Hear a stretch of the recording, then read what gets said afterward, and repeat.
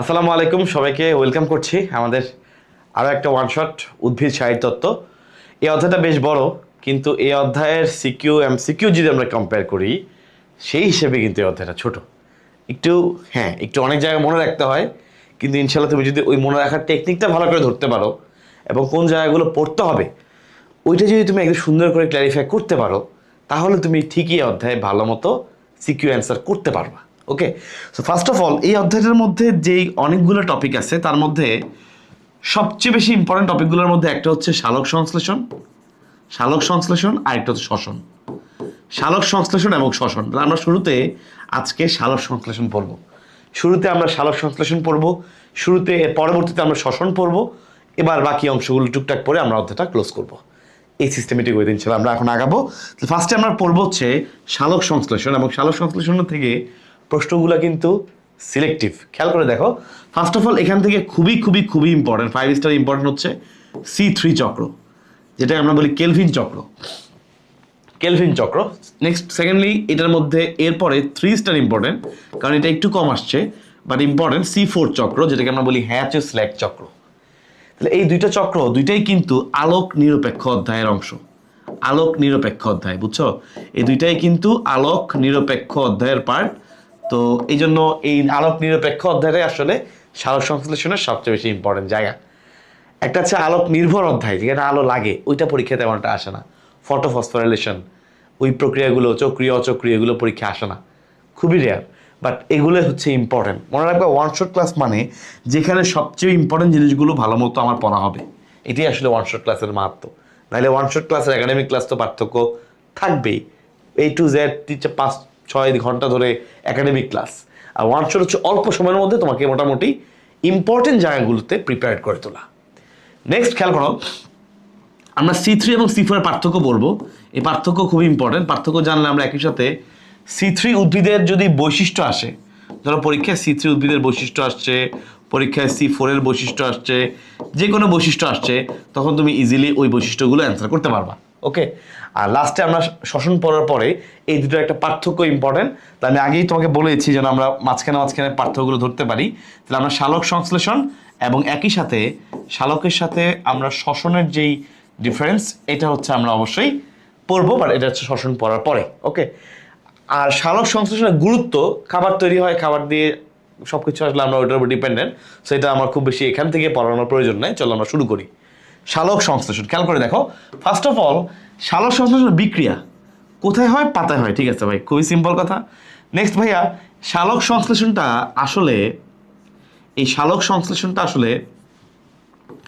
উদ্ভিদের পাতায় হয়, ঠিক আছে, কিন্তু আমরা সবাই জানি উদ্ভিদের যেই কোষের মধ্যে যে ক্ষুদ্রাণু, যে অংশে সালোক সংশ্লেষণ হয়, এটা হচ্ছে মূলত পাতার ক্লোরোপ্লাস্ট। পাতার কোথায়? ক্লোরোপ্লাস্ট। ওকে, তাহলে এই হচ্ছে সালোক সংশ্লেষণের স্থান। ক্লোরোপ্লাস্টের কোথায়, এটা আমরা এখন পড়বো, কারণ ক্লোরোপ্লাস্ট তো একটু বড় আকৃতির জিনিস। তোমরা একটু খেয়াল করে দিই, দেখো ফার্স্টে ধরো এই হচ্ছে, আমি একটা ক্লোরোপ্লাস্টের কাঠামো আঁকতেছি। দেখো এই ধরো ক্লোরোপ্লাস্টের বাউন্ডারি, আমি একটা সিঙ্গেল বাউন্ডারি দিচ্ছি, বাট তোমরা জানো ক্লোরোপ্লাস্টের ডাবল বাউন্ডারি। ম্যাক্সিমাম ঝিল্লি হচ্ছে দ্বিস্তরীয় আবরণ। ওকে, ম্যাক্সিমাম কিন্তু দ্বিস্তরীয় আবরণ। তাহলে এটা হচ্ছে ক্লোরোপ্লাস্টের দ্বিস্তরীয় আবরণ, একটু মিলাই দিই।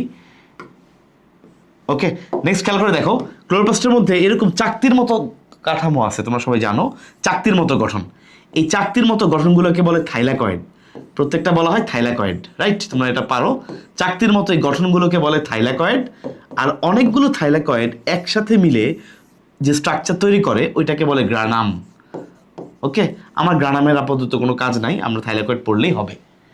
আর মাঝখানে তোমরা জানো এখানে কানেকশন আছে। ওকে ফাইন, একটা দেখাইলাম জাস্ট ফর এক্সাম্পল। আর মাঝখানে এখানে তোমরা জানো ডট ডট দিয়ে বোঝানো হয়েছে, এটা হচ্ছে ম্যাট্রিক্স বা স্ট্রোমা। মনে রাখবা, ক্লোরোপ্লাস্টের এই যে গঠন, এই গঠনে এই একটা গঠন থেকে অনেক কিছু পড়া যায়। কিরকম দেখো, এই থাইলাকয়েডের মধ্যে হয় আলোক নির্ভর অধ্যায়ের বিক্রিয়াগুলো। তাহলে আলোক নির্ভর অধ্যায়ের বিক্রিয়াগুলো কোথায় হয়? থাইলাকয়েডের মধ্যে হয়। আর স্ট্রোমা বা ম্যাট্রিক্স এখানে হয় আলোক নিরপেক্ষ অধ্যায়। অর্থাৎ আমরা যে C3 C4 পড়বো, এগুলো সব এই জায়গায়। তাহলে খুবই ইম্পর্টেন্ট, এই ছবি থেকেই তুমি পারবা যে আলোক নির্ভর অধ্যায়ের বিক্রিয়াগুলো কোথায় হয়? থাইলাকয়েডের মধ্যে হয়। আর আলোক নিরপেক্ষ অধ্যায়ের বিক্রিয়াগুলো কোথায় হয়? স্ট্রোমা বা ম্যাট্রিক্সে হয়। এইটা একটা জায়গা গেল। নেক্সট ভাইয়া, এই যে আলোক নির্ভর অধ্যায়, এই আলোক নির্ভর অধ্যায় মানে আলো কেন লাগে? কারণ এই আলোকে কাজে লাগিয়ে এটিপি ও NADH2 তৈরি করা হয়। এটিপি এবং NADPH2 তৈরি করে। আলোকে কাজে লাগিয়ে এটিপি এবং NADPH2 তৈরি করা হয়। ইট মিনস আলোকে কাজে লাগিয়ে মূলত শক্তি তৈরি করা হয়। বুঝতে পারছো? তাহলে এটিপি এবং NADPH2 কে তৈরি করা মানেই শক্তি তৈরি করা, কারণ এগুলো শক্তির একক তোমরা জানো। এটিপি হচ্ছে জৈব মুদ্রা বা শক্তি মুদ্রা, আর NADPH2 এটাকে ভাঙলে 3টা এটিপি পাওয়া যায়, তার মানে এটা একটা শক্তির ভান্ডার, বড় আকৃতির নোট, 500 টাকার নোট। ওকে, খেয়াল করে দেখো, তাহলে আলোক নির্ভর অধ্যায়ের মেইন ফাংশন হচ্ছে শক্তি তৈরি করা, আর এই শক্তিটাকে কাজে লাগানো হয় আলোক নিরপেক্ষ অধ্যায়ে। এই শক্তিগুলোকে ইউজ করে এখানে খাদ্য তৈরি করা হয়, এখানে খাদ্য তৈরি করা হয়। তার মানে খাদ্য তৈরি যে মেইন বিক্রিয়াটা, এটা হচ্ছে এই পোর্শনে হবে। ওকে, তাহলে খাদ্য তৈরি করা, খাদ্য মানে শর্করা, আমরা জানি উদ্ভিদ শর্করা জাতীয় খাদ্য তৈরি করে, এই শর্করা তৈরি করার কাজটা হচ্ছে এখানে হবে। ওকে, এই হচ্ছে আলোক নির্ভর অধ্যায়, আলোক নিরপেক্ষ অধ্যায়। তাহলে আমাদের এই যে আলোক নিরপেক্ষ অধ্যায়, এইটা বেসিক্যালি দুইটা টাইপ আছে, একটা C3, একটা C4।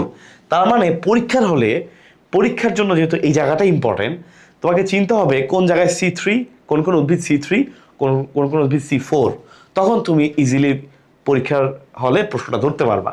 তো চলো আমরা একটু দেখি। ফার্স্ট অফ অল একটু কপি করে নেই। ওকে, সো এই যে C3 এবং C4, দেখো C3 হচ্ছে ম্যাক্সিমাম উদ্ভিদ, মানে যত উদ্ভিদ আছে মোটামুটি আমরা যেগুলো চিনি ম্যাক্সিমামই হচ্ছে C3 উদ্ভিদ। সো এটা খুবই হাই চান্স এটা পরীক্ষা আসবে। C3 উদ্ভিদ ম্যাক্সিমাম। C3 মানে যেই চক্রের প্রথম স্থায়ী পদার্থটা 3 কার্বন বিশিষ্ট তাকে বলে C3। যেই চক্রের প্রথম স্থায়ী পদার্থ 4 কার্বন বিশিষ্ট তাকে বলা হয় C4। তাহলে C3 হচ্ছে ম্যাক্সিমাম, এটা তুমি এমনি চিনতে পারবা। তাহলে তোমার হচ্ছে চিনতে হবে C4 কারা, কারণ পরীক্ষা আসলে এটাকে তোমাকে আলাদা করে আইডেন্টিফাই করতে হবে, তাহলে তুমি অটোমেটিক পারবা যে বাকিরা C3। খেয়াল করে দেখো C4 কারা। C4 হচ্ছে দেখো ভুট্টা, ইক্ষু, তারপরে সারগম, ক্র্যাব ঘাস, বুঝছো, গিনি ঘাস, এই যে গিনি ঘাস, এরকম এই যে মোটামুটি কয়েকটাই আসে। হ্যাঁ, মোটামুটি কয়েকটাই আসে, ক্র্যাব ঘাস, গিনি ঘাস, সারগম, ভুট্টা, ইক্ষু। অ্যাকচুয়ালি পরীক্ষায় এই দুইটা বেশি আসে, এই যে ভুট্টা এবং ইক্ষু, এই দুইটা মোটামুটি MCQতে বেশি আসে, CQতেও আসে। এই দুইটা দেখলেই বুঝবা C4। সো যাই হোক, C4 এর উদাহরণগুলো হচ্ছে আমাদেরকে পড়তে হয়, কারণ C4 এর উদাহরণ পড়লে বাকিগুলো আমরা ছিল C3 হিসেবে আমরা অ্যান্সার করতে পারবো। তাহলে C3 এবং C4, প্রথম কথা হচ্ছে C3 মানে প্রথম স্থায়ী পদার্থ 3 কার্বনের, আর C4 মানে প্রথম স্থায়ী পদার্থ 4 কার্বনের। ফার্স্টে আমরা ছিল পড়বো C3 চক্র। এখন দেখো এই চক্রটা কিন্তু বেশ বড়, বুঝছো, বেশ বড়, কিন্তু সিস্টেমেটিক হইতে পড়তে হবে, তাহলে ছিল মনে থাকবে। খেয়াল করো, প্রথম কথা হচ্ছে পাতার মধ্যে একটা পদার্থ, একটা শর্করা অলওয়েজ আছে। সেটা কি? পাতার মধ্যে একটা শর্করা আছে, নাম হচ্ছে রাইবুলোজ 1,5-বিসফসফেট। রাইবুলোজ 1,5-বিসফসফেট। এই শর্করাটা পাতার মধ্যে আছেই। কি বললাম? পাতার মধ্যে এই শর্করাটা আছে, যেটার 5টা কার্বন। কয়টা কার্বন? 5টা কার্বন। তাহলে পাতার মধ্যে একটা শর্করা মাস্ট আছে, এটা স্থায়ী, পাতার মধ্যে আছে, সেটা হচ্ছে রাইবোলোজ 1,5-বিসফসফেট। পাতার মধ্যে আছে, কারণ পাতা তো নিশ্চয়ই কিছু না কিছু জিনিস দিয়ে তৈরি হয়েছে। সো পাতার মধ্যেই এই শর্করাটা অলওয়েজ বিদ্যমান। সেটার নাম কি? রাইবোলোজ 1,5-বিসফসফেট। বিস মানে দুইটা, তার মানে এখানে ফসফেট কয়টা? 2টা। তুমি দেখতে পাচ্ছ 1,5, এটা মানে হচ্ছে একটা ফসফেট 1 নাম্বার কার্বনে, আরেকটা ফসফেট 5 নাম্বার কার্বনে, এটাকে আমরা বলি বিসফসফেট। ওকে, তাহলে রাইবোলোজ 1,5-বিসফসফেট, এটার মানে হচ্ছে পাতার মধ্যে আছে, এবং যেটা বললাম যে একটা আছে ফসফেট 1 নাম্বারে, আরেকটা ফসফেট 5 নাম্বার কার্বনে। এই জন্য তোমরা কেমিস্ট্রি অনুযায়ী নাম জানো, 1,5-বিস মানে 2টা ফসফেট। তাহলে পাতার মধ্যে আছে কোন শর্করা? রাইবোলোজ 1,5-বিসফসফেট। এবার দেখো, এবার খেয়াল করো, যেহেতু উদ্ভিদ সালোক সংশ্লেষণের প্রক্রিয়ায় কার্বন ডাইঅক্সাইড গ্রহণ করে, এই যে কার্বন ডাইঅক্সাইডটা গ্রহণ করবে, কার্বন ডাইঅক্সাইডটা এখানে এসে যুক্ত হবে, এবং এই কার্বন ডাইঅক্সাইডটা যুক্ত হলে 5 কার্বনের সাথে এখানে আরেকটা কার্বন, মোট কয়টা কার্বন হলো? 6টা কার্বন। এই আগে ছিল 5 কার্বনের যৌগ, এটা ছিল 5 কার্বন, আর কার্বন ডাইঅক্সাইডের একটা কার্বন, এই হলো 6টা কার্বন। তৈরি করবে 6 কার্বন বিশিষ্ট অস্থায়ী কিটো অ্যাসিড। অস্থায়ী কেন বললাম? কারণ এটা ভেঙে যাবে, এটা বেশিক্ষণ থাকবে না এরকম। অস্থায়ী কিটো অ্যাসিড, এই অল্প সময়ের জন্য এটা তৈরি হয়, কিছুক্ষণ পর এটা ভেঙে যায়, এই জন্য অস্থায়ী।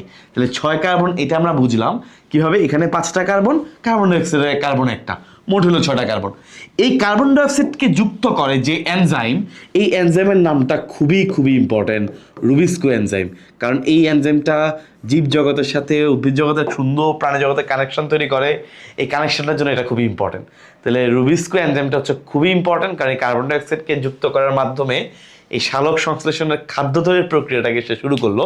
কারণ কার্বন ডাইঅক্সাইড ছাড়া খাদ্য তৈরি হবে না। আমি বিক্রিয়া দুটো শেষ করার পর বিক্রিয়াটা দেখায় প্রমাণ করব যে কার্বন ডাইঅক্সাইডটা আত্তীকরণের মাধ্যমে খাবারটা তৈরি হয়। সো এই জন্য খুবই ইম্পর্টেন্ট কার্বন ডাইঅক্সাইড এডিশন হওয়া, এবং কার্বন ডাইঅক্সাইড এডিশন হয় বলে আলটিমেটলি বিক্রিয়াটা ঘটতেছে, এবং এই বিক্রিয়াটা ঘটার ফলে আলটিমেটলি আমরা খাবার পাচ্ছি, নাহলে আমরা খাবার পেতাম না। ওকে, তাহলে আমরা বুঝে গেলাম যে 6 কার্বন বিশিষ্ট কি তৈরি হয়? অস্থায়ী কিটো অ্যাসিড। ওকে, অস্থায়ী মানে এই কিটো অ্যাসিডটা বেশিক্ষণ থাকবে না, খুবই সিম্পল কথা, এটা খুব দ্রুত ভেঙে যাবে কারণ অস্থায়ী। তাহলে এই 6 কার্বনে অস্থায়ী, অস্থায়ী মানে সে অল্প সময়ের মধ্যে ভেঙে যাবে, এক্স্যাক্টলি। সে ভেঙে তৈরি করবে 3 কার্বন বিশিষ্ট 2 অণু। 2 অণু, কারণ এখানে 6 কার্বন মানে কি 3 কার্বনে 2টা হইতে হবে, 3 দুগুণা 6, তাই না? 3 কার্বন বিশিষ্ট 2 অণু 3 ফসফোগ্লিসারিক অ্যাসিড। মুখে বললাম আর সংকেত লিখলাম, 3 ফসফোগ্লিসারিক অ্যাসিড কি তৈরি করবে?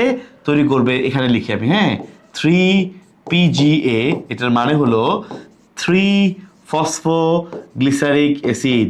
তাহলে গ্লিসারিক অ্যাসিড হচ্ছে 3 কার্বন বিশিষ্ট একটা যৌগ। এই 3 কার্বনের শেষ 3 নাম্বার কার্বনে মূলত ফসফেট মূলকটা যুক্ত হয়। তাহলে আমরা কি বলবো? 3 ফসফোগ্লিসারিক অ্যাসিড। তাহলে 3 ফসফোগ্লিসারিক অ্যাসিড তৈরি হলো কত অণু? 2 অণু। 2 অণু 3 ফসফোগ্লিসারিক অ্যাসিড, ঠিক আছে? তাহলে 2 অণু মিলে গেছে। আচ্ছা, এখন দেখো এখান থেকে তৈরি হবে 1,3 বিশ ফসফোগ্লিসারিক অ্যাসিড। তার মানে বুঝতেই পারছো আরেকটা ফসফেট আসছে। প্রশ্ন হচ্ছে আরেকটা ফসফেট কোত্থেকে আসলো? ভাইয়া বলো তো, আরেকটা ফসফেট আসার উপায় কি? তার মানে নিশ্চয়ই এখানে এটিপি ভাঙছে, রাইট? নিশ্চয়ই এখানে এটিপি ভেঙে এডিপি তৈরি হয়েছে, আর আরেকটা ফসফেট এসে এখানে যুক্ত হইলো।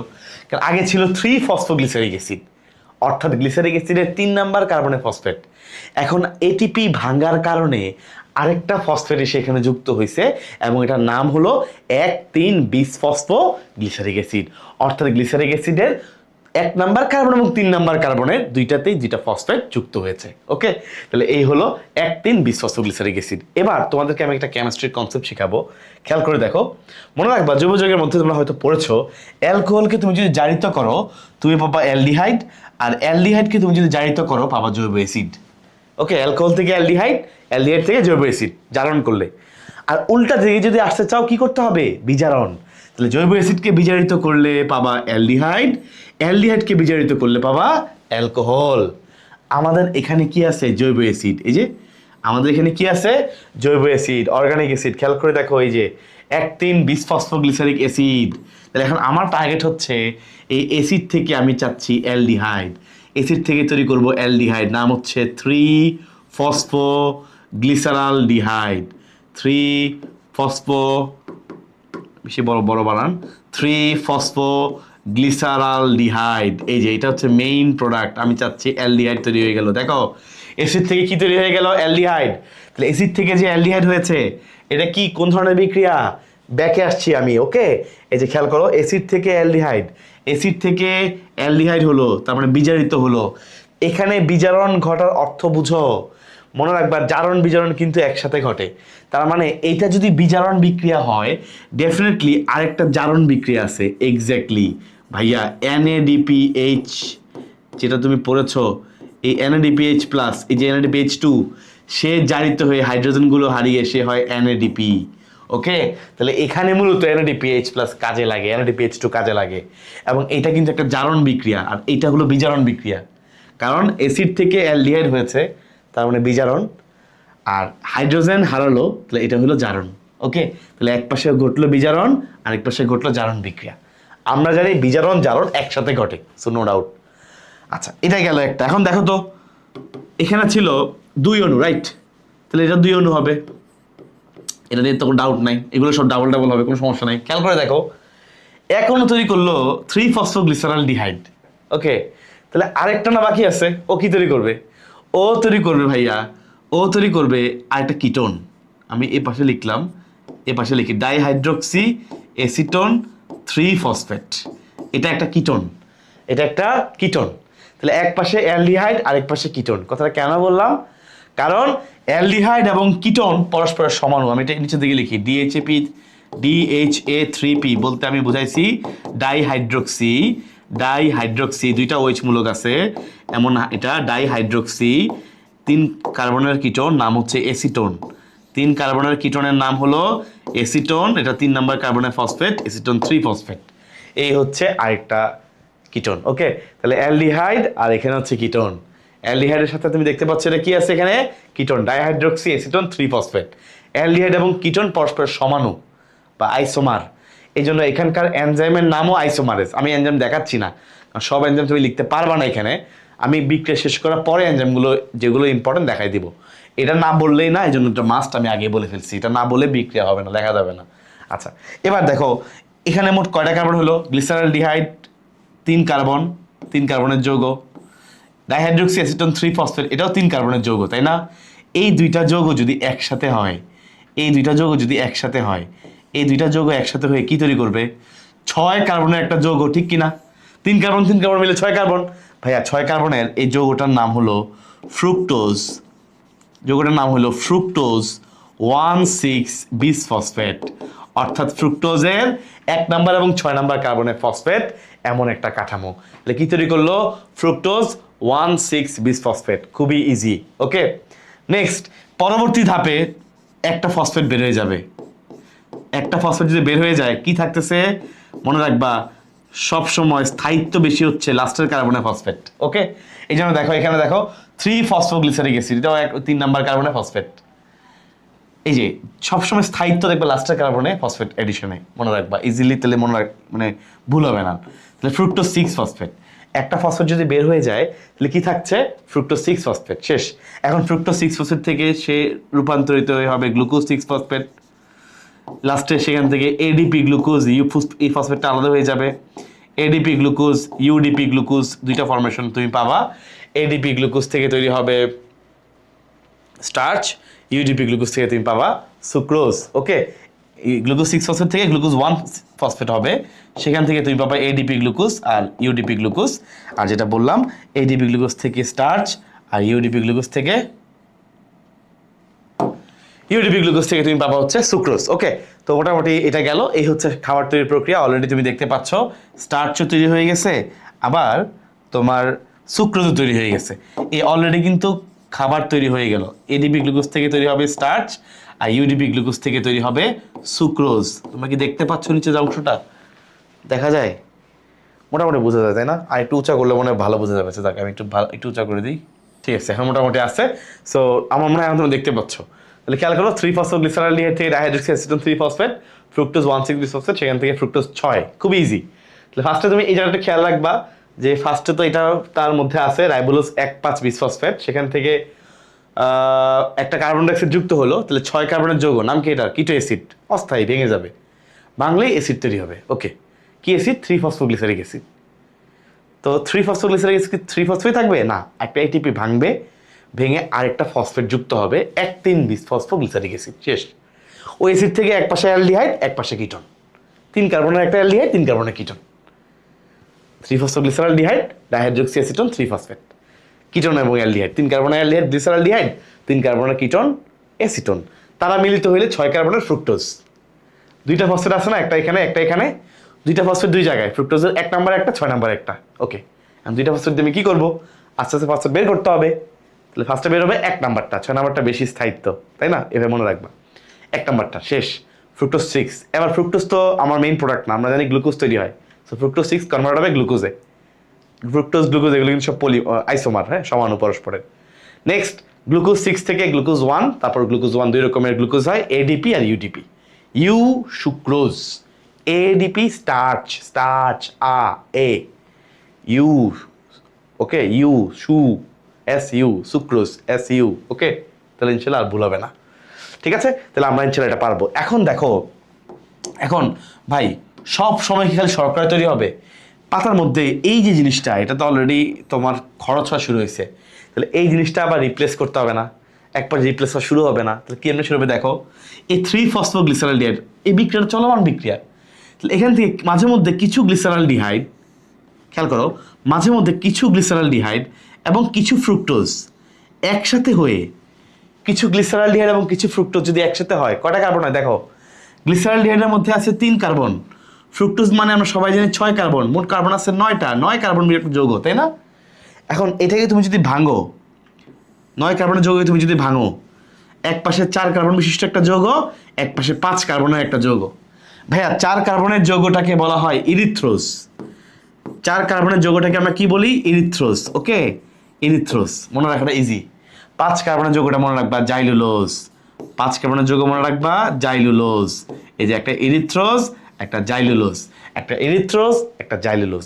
তাহলে 4 কার্বনের যৌগটা হচ্ছে ইরিথ্রোস, 5 কার্বনের যৌগটা হচ্ছে জাইলুলোজ। এরপরে বাকিটা তোমার খুবই ইজি। 4 কার্বন বিশিষ্ট যৌগ, তাহলে একটা ফসফেট 4 নাম্বারে যুক্ত হবে, তুমি জানো লাস্টের কার্বনে গিয়ে স্টেবিলিটি পায়, লাস্টের কার্বনে গিয়ে যুক্ত হয়। জাইলুলোজ যেহেতু 5 কার্বনের যৌগ, এখানে হবে জাইলুলোজ 5 ফসফেট, জাইলুলোজ 5 ফসফেট, বুঝছো? লাস্টের কার্বনে গিয়ে ফসফেট অ্যাড করে দিবা, লাস্টের কার্বনে গিয়ে ফসফেট অ্যাড করে দিবা। এরিথ্রোস 4 নাম্বার কার্বনে, জাইলুলোজে 5 নাম্বার কার্বনে। ওকে, ইনশাআল্লাহ নেক্সট টাইম খেয়াল করে দেখো ভাইয়া, এই যে জাইলুলোজ 5 ফসফেট সে তৈরি করবে, এই যে আস্তে আস্তে ব্যাক করবে, এখানে সে তৈরি করবে রাইবোলোজ 5 ফসফেট, সে তৈরি করবে রাইবোলোজ 5 ফসফেট। তাহলে জাইলুলোজ 5 ফসফেট কি তৈরি করবে? Ribulose 5 phosphate. নেক্সট খেয়াল করো, এই যে রাইবোলোজ 5 ফসফেট, এই যদি তোমার রাইবোলোজ 1,5 বিসফসফেট হইতে চায়, তাহলে ওর সাথে কি আরেকটা এটিপি এসে যুক্ত হইতে হবে না? ওর সঙ্গে এসে আরেকটা এটিপি যুক্ত হইতে হবে, এই যে একটা আরেকটা এটিপি বেশি ভাঙতে হবে। এক্স্যাক্টলি তাই হয়, আরেকটা এটিপি ভেঙে এডিপি হয়, আরেকটা ফসফেট এসে এই 1 নম্বর কার্বনে যুক্ত হয়ে তৈরি করে রাইবোলোজ 1,5 বিসফসফেট। আমাদের আলহামদুলিল্লাহ কাজ শেষ, আমাদের কাজ আলহামদুলিল্লাহ শেষ। তাহলে খেয়াল করে দেখো, খুবই সিম্পল, জাইলুলোজ থেকে আমি রাইবোলোজ তৈরি করে ফেলছি, খুবই সিম্পল, এনজাইমের মাধ্যমে, তোমার করতে হবে না, এনজাইমের মাধ্যমে হয়। তো এনজাইমের মাধ্যমে আবার ঠিক সেমভাবে এডিপি, এই যে রাইবোলোজ 5 ফসফেট আছে, তোমার টার্গেট হচ্ছে 1,5 বিসফসফেট, পাতার মধ্যে যেটা আছে এটা তৈরি করা। 1 নম্বর কার্বনে একটা ফসফেট লাগবে, সো এটিপি ভাঙবে, এটিপি না ভাঙলে ফসফেট কোত্থেকে আসবে, তাই না? এটিপি যেখানে ভাঙবে সেখানে ফসফেট তৈরি হবে। আর একটা সহজ কথা মনে রাখবা, এখন আমরা এনজাইমের নামগুলো পড়বো, সহজ কথা মনে রাখবা, যেখানেই এনএডিপি বা NADH2 এই ধরনের কোনো কথা আছে, সেখানকার এনজাইমের নাম হলো ফিক্সড ডিহাইড্রোজিনেস, ডিহাইড্রোজিনেস। যেখানে NADPH2 বা জাতীয় কোনো কথা আছে, সেখানকার এনজাইমের নাম হলো ডিহাইড্রোজিনেস, ফিক্সড। ওকে, আচ্ছা নেক্সট খেয়াল করো, যেখানে এটিপির কোনো কাহিনী আছে, এটিপির কাহিনী আছে, সেখানকার এনজাইমের নাম ফিক্সড কাইনেস, সেখানকার এনজাইমের নাম কি? Fixed kinase. তো মোটামুটি এই দুইটা অ্যাটলিস্ট মনে রাখতে হবে। আর এখানে এটা একটু অনেকে বলে, যেহেতু অ্যালডিহাইড এবং কিটোন পরস্পরের সমাণু, সমাণু মানে আইসোমার, এই কারণে এখানকার এনজাইমের নামটা মনে রাখতে পারো আইসোমারেস। একটু ভিতরে লিখে ফেললাম, সমস্যা নেই। এখানকার এনজাইমের নামটা হচ্ছে আইসোমারেস। তাহলে এই কয়েকটা এনজাইম হচ্ছে একটু মাস্ট মনে রাখা উচিত, যেহেতু তোমার এই তিনটা আসলে তোমার বেশি গুরুত্ব দেয় স্যাররা। আর জাইলুলোজ থেকে রাইবোলোজ, এখানে ইপিমারেস, ওখানে ট্রান্সকিটোলেজ, এরপরে ধরো তোমার এখানে ফসফেট বেরোচ্ছে, ফসফেটেস। ওকে, এরপর এখানে এটা মনে রাখতে পারো অ্যালডোলেজ, খুব দরকার নাই, বুঝছো? আমি জন্য এগুলো জোর দিচ্ছি না, এগুলো খুব দরকার নাই, আমি যেগুলো লিখছি এগুলো নিচে মনে রাখতে পারলেই হবে। অ্যাটলিস্ট তুমি ডিহাইড্রোজিনাসটা মনে রাখতে পারবাই, কারণ আমি আরও সামনে পড়াবো। এই NADPH2 রিলেটেড কিছু আসলেই উত্তর হচ্ছে ডিহাইড্রোজিনাস, এটা নিয়ে ডাউট নাই। আবার নেক্সট দেখো, এটিপি সংক্রান্ত কিছু আসলেই উত্তর হচ্ছে কাইনেস, এটা নিয়ে ডাউট নাই। তাহলে তুমি এই কয়েকটা এনজাইম পারবা। আর এটা তো বস এনজাইম, এটা তো পারতেই হবে, তাই না? এটা তো মাস্ট পারতেই হবে, এটা ডাউট নাই, এটা পারা ছাড়া এই বিক্রি লেখা যাবে না। আবার যদি এখানে এটিপি ভাঙছে, তুমি চোখ বন্ধ করে লিখে ফেলতে পারবা যে ভাইয়া ঠিক আছে, এখানে এটিপি যেহেতু ভাঙছে, এখানে এনজাইমের নাম আমি শিওর কাইনেস, মানে এটিপির কাহিনী আছে মানে এনজাইমের নাম হবে কাইনেস, একদম তুমি নাম্বার পাবা, কারণ কাইনেস সঠিক। ওকে, এটিপির কথা বললে কাইনেস। আর এই হচ্ছে মোটামুটি আমাদের, দেখো গ্লুকোজের তৈরি হলো, আবার এটা রিস্টোরেশনও হলো। এই হচ্ছে C3 চক্র। এখানে এই যে প্রথম, কেন নাম C3? কারণ এই 3 কার্বন বিশিষ্ট এই যে 3-ফসফোগ্লিসারিক অ্যাসিড, এটাই হচ্ছে তার প্রথম স্থায়ী পদার্থ। তাহলে তার প্রথম যে স্থায়ী পদার্থ, এটা কত কার্বন বিশিষ্ট? 3 কার্বন বিশিষ্ট। 3 কার্বন বিশিষ্ট প্রথম স্থায়ী পদার্থ হয়, এটার নাম হলো C3 চক্র। এটার নাম কি? C3 চক্র। কারণ এটা প্রথম স্থায়ী পদার্থ 3 কার্বনের যৌগ, সেটা কোনটা? 3-ফসফোগ্লিসারিক অ্যাসিড। ওকে, এই হচ্ছে আলহামদুলিল্লাহ C3 চক্র। এটা বিজ্ঞানী কেলভিন আবিষ্কার করছে, এজন্য তার নাম অনুযায়ী এটার নাম কেলভিন চক্র। ওকে, তাহলে C3 চক্র বা কেলভিন চক্র আমাদের আলহামদুলিল্লাহ শেষ। এবং ম্যাক্সিমাম উদ্ভিদে এটাই হয়, এবং এটা পাতার মেসোফিল কোষে হয়। কোন কোষে হয়? মেসোফিল কোষে। কারণ এই C3 উদ্ভিদে মেসোফিল কোষেই ক্লোরোপ্লাস্ট থাকে। মেসোফিল কোষটাই মূলত খাদ্য তৈরিতে অংশগ্রহণ করে। সো এটা আমরা মনে রাখাটা খুবই ইজি। তাহলে এটা গড়পড়তা সবার জন্য কমন। আমরা এখন ইনশাল্লাহ পড়বো C4 চক্র। খেয়াল করে দেখো, আমরা এখন পড়বো হচ্ছে C4 চক্র। ভাই দেখো, C4 উদ্ভিদ তো আমি আগে পড়াইছি, উদাহরণগুলো ইম্পর্টেন্ট, কারণ উদাহরণ দেখে তোমাকে চিনতে হবে ভুট্টা আসছে, ইক্ষু আসছে, তাহলে C4। ভুট্টা ইক্ষুই আসে, গিনি ঘাসও আসতে পারে। আচ্ছা, নেক্সট খেয়াল করো, C4 মনে রাখবা, আমি একটু আগে লাস্ট যে লেখাইছি C3 এর মধ্যে বিক্রিয়াটা হয় মেসোফিল কোষে। কোথায়? মেসোফিল কোষে। আর মজার বিষয় হচ্ছে ভাইয়া, C4 চক্র, এই যে উদ্ভিদগুলো, এদের মধ্যে 2 ধরনের কোষ থাকে। 2 ধরনের কোষ থাকে, যাদের মধ্যে 2টা ভিন্ন ধরনের ক্লোরোপ্লাস্ট থাকে। বিশেষ ধরনের কাঠামো। এই বিশেষ ধরনের কাঠামোকে, এই 2 ধরনের কোষ নাম হলো, একটা হচ্ছে মেসোফিল কোষ, মেসোফিল কোষ, আর নাম হচ্ছে বান্ডল সিদ কোষ। ওকে, তাহলে মেসোফিল কোষ এবং বান্ডল সিদ কোষ, এই যে 2 ধরনের কোষ 2 ধরনের ক্লোরোপ্লাস্ট বহন করে। সো এটার মধ্যে একটু টিপিক্যাল হচ্ছে একটু ভিন্ন রিয়াকশন হবে। এই যে বিশেষ ধরনের একটা গঠন তৈরি হয় মেসোফিল কোষ বান্ডল সিদ কোষ মিলে, এই গঠনটাকে বলা হয় ক্রাঞ্জ অ্যানাটমি। ক্রাঞ্জ অ্যানাটমি, তাহলে এটা পরীক্ষার জন্য ইম্পর্টেন্ট। ক্রাঞ্জ অ্যানাটমি পাওয়া যায় কোন উদ্ভিদে?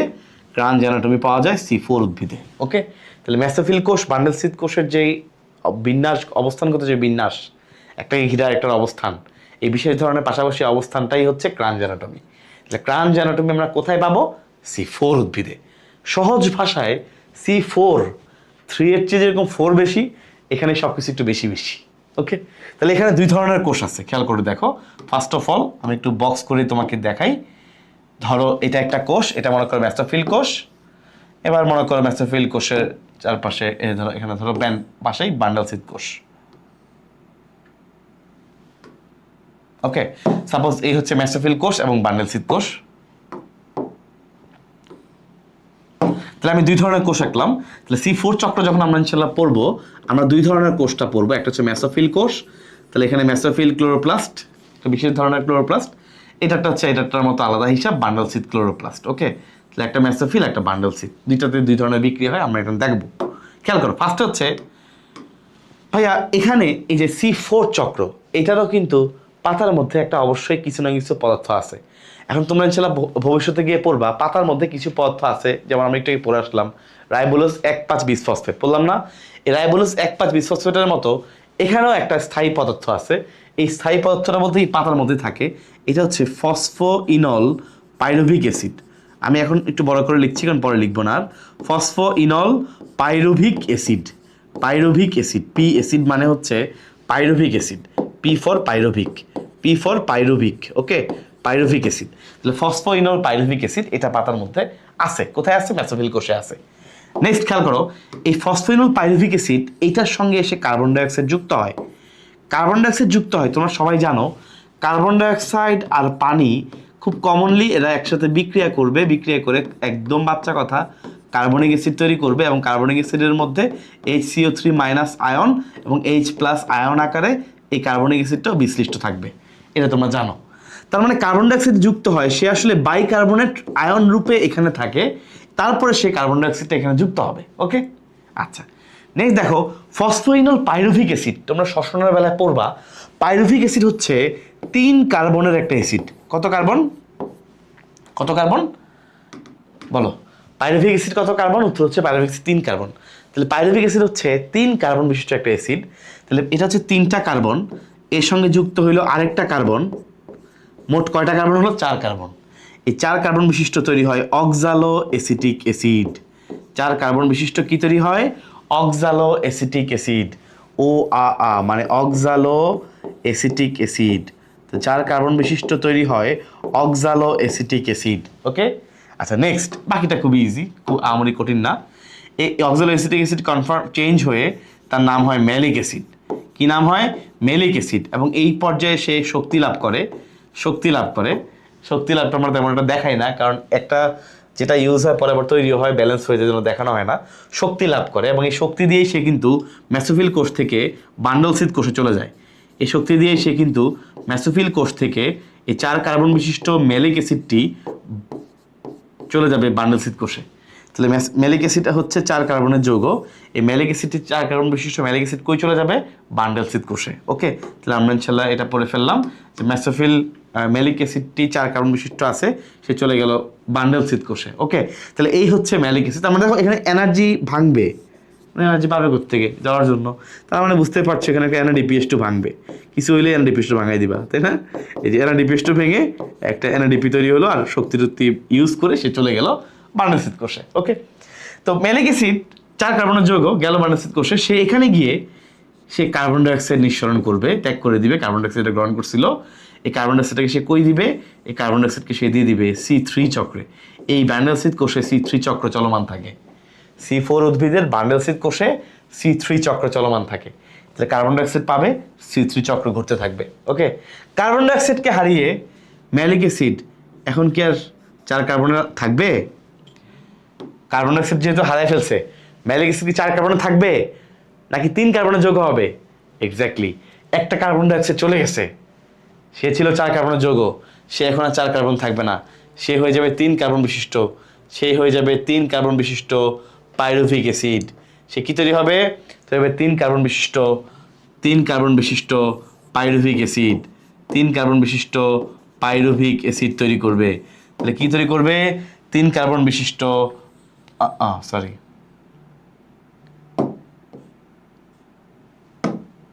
সে তৈরি করবে,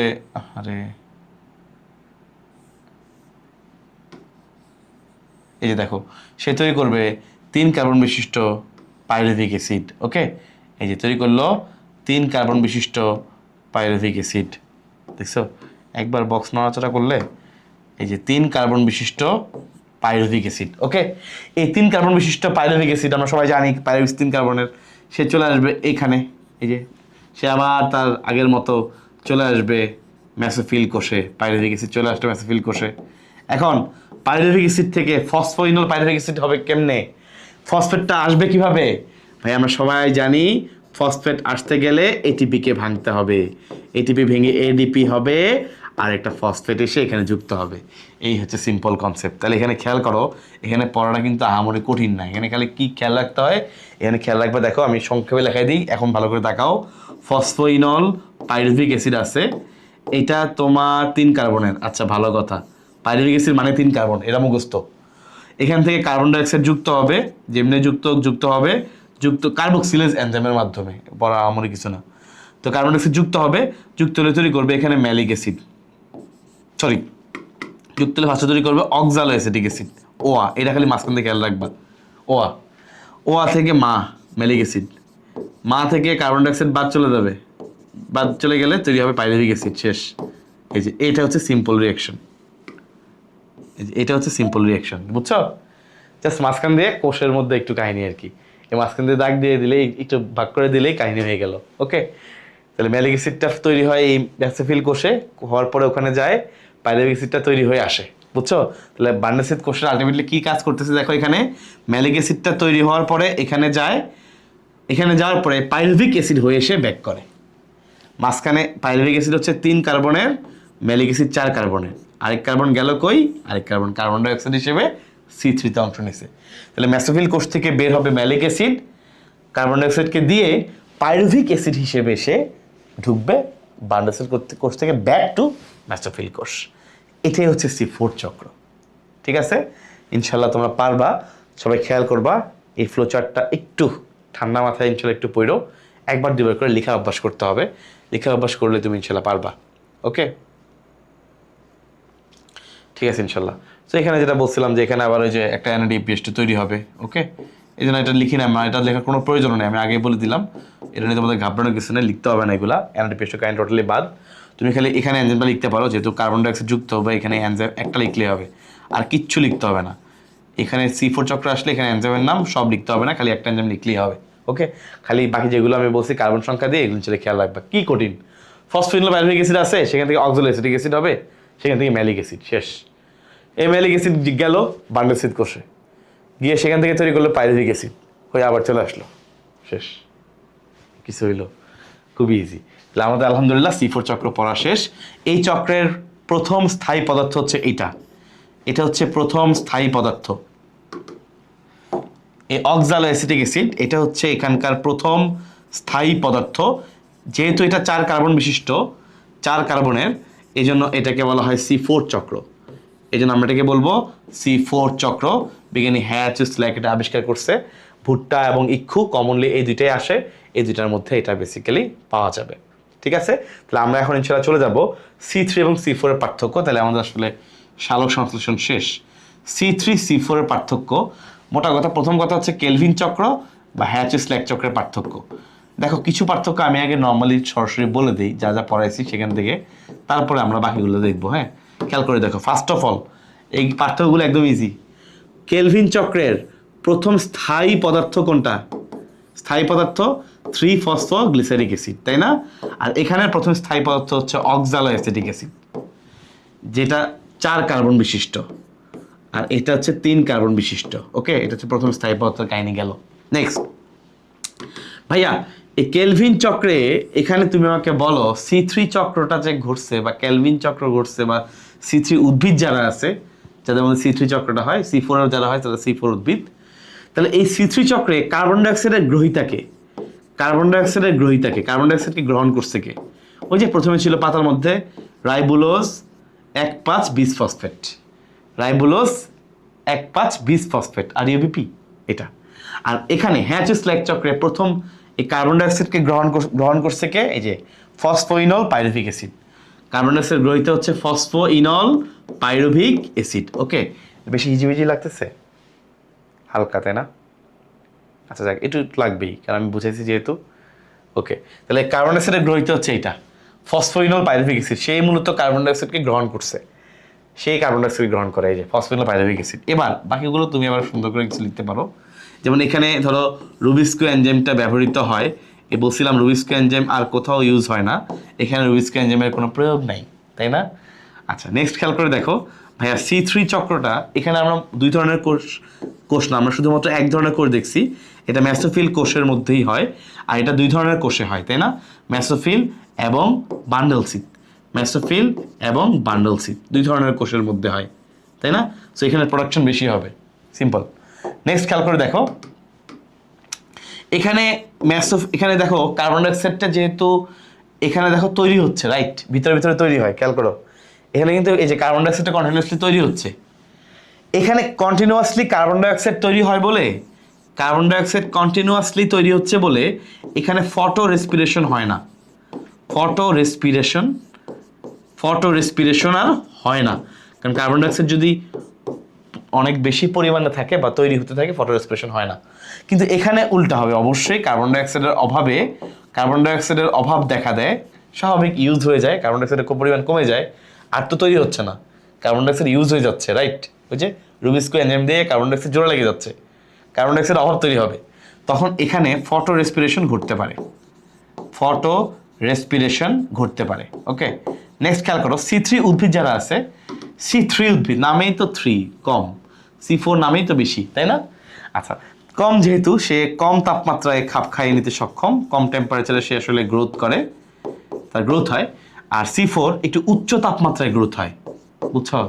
তোমার এটা সম্ভবত 10 থেকে 25 ডিগ্রি সেলসিয়াস, এই টেম্পারেচারটা হচ্ছে বেস্ট, আর এটা হচ্ছে 30 থেকে 45 ডিগ্রি সেলসিয়াস, এই টেম্পারেচারে সে ভালো। ওকে, লাস্ট আরেকটা জিনিস দেখায় ইনশাল্লাহ পার্থক্য শেষ। খেয়াল করো, মনে আছে একটু আগে বলছিলাম 2 ধরনের কোষের যে স্পেশাল গঠন, এটা হচ্ছে ক্রাঞ্জ অ্যানাটমি, ক্রাঞ্জ অ্যানাটমি।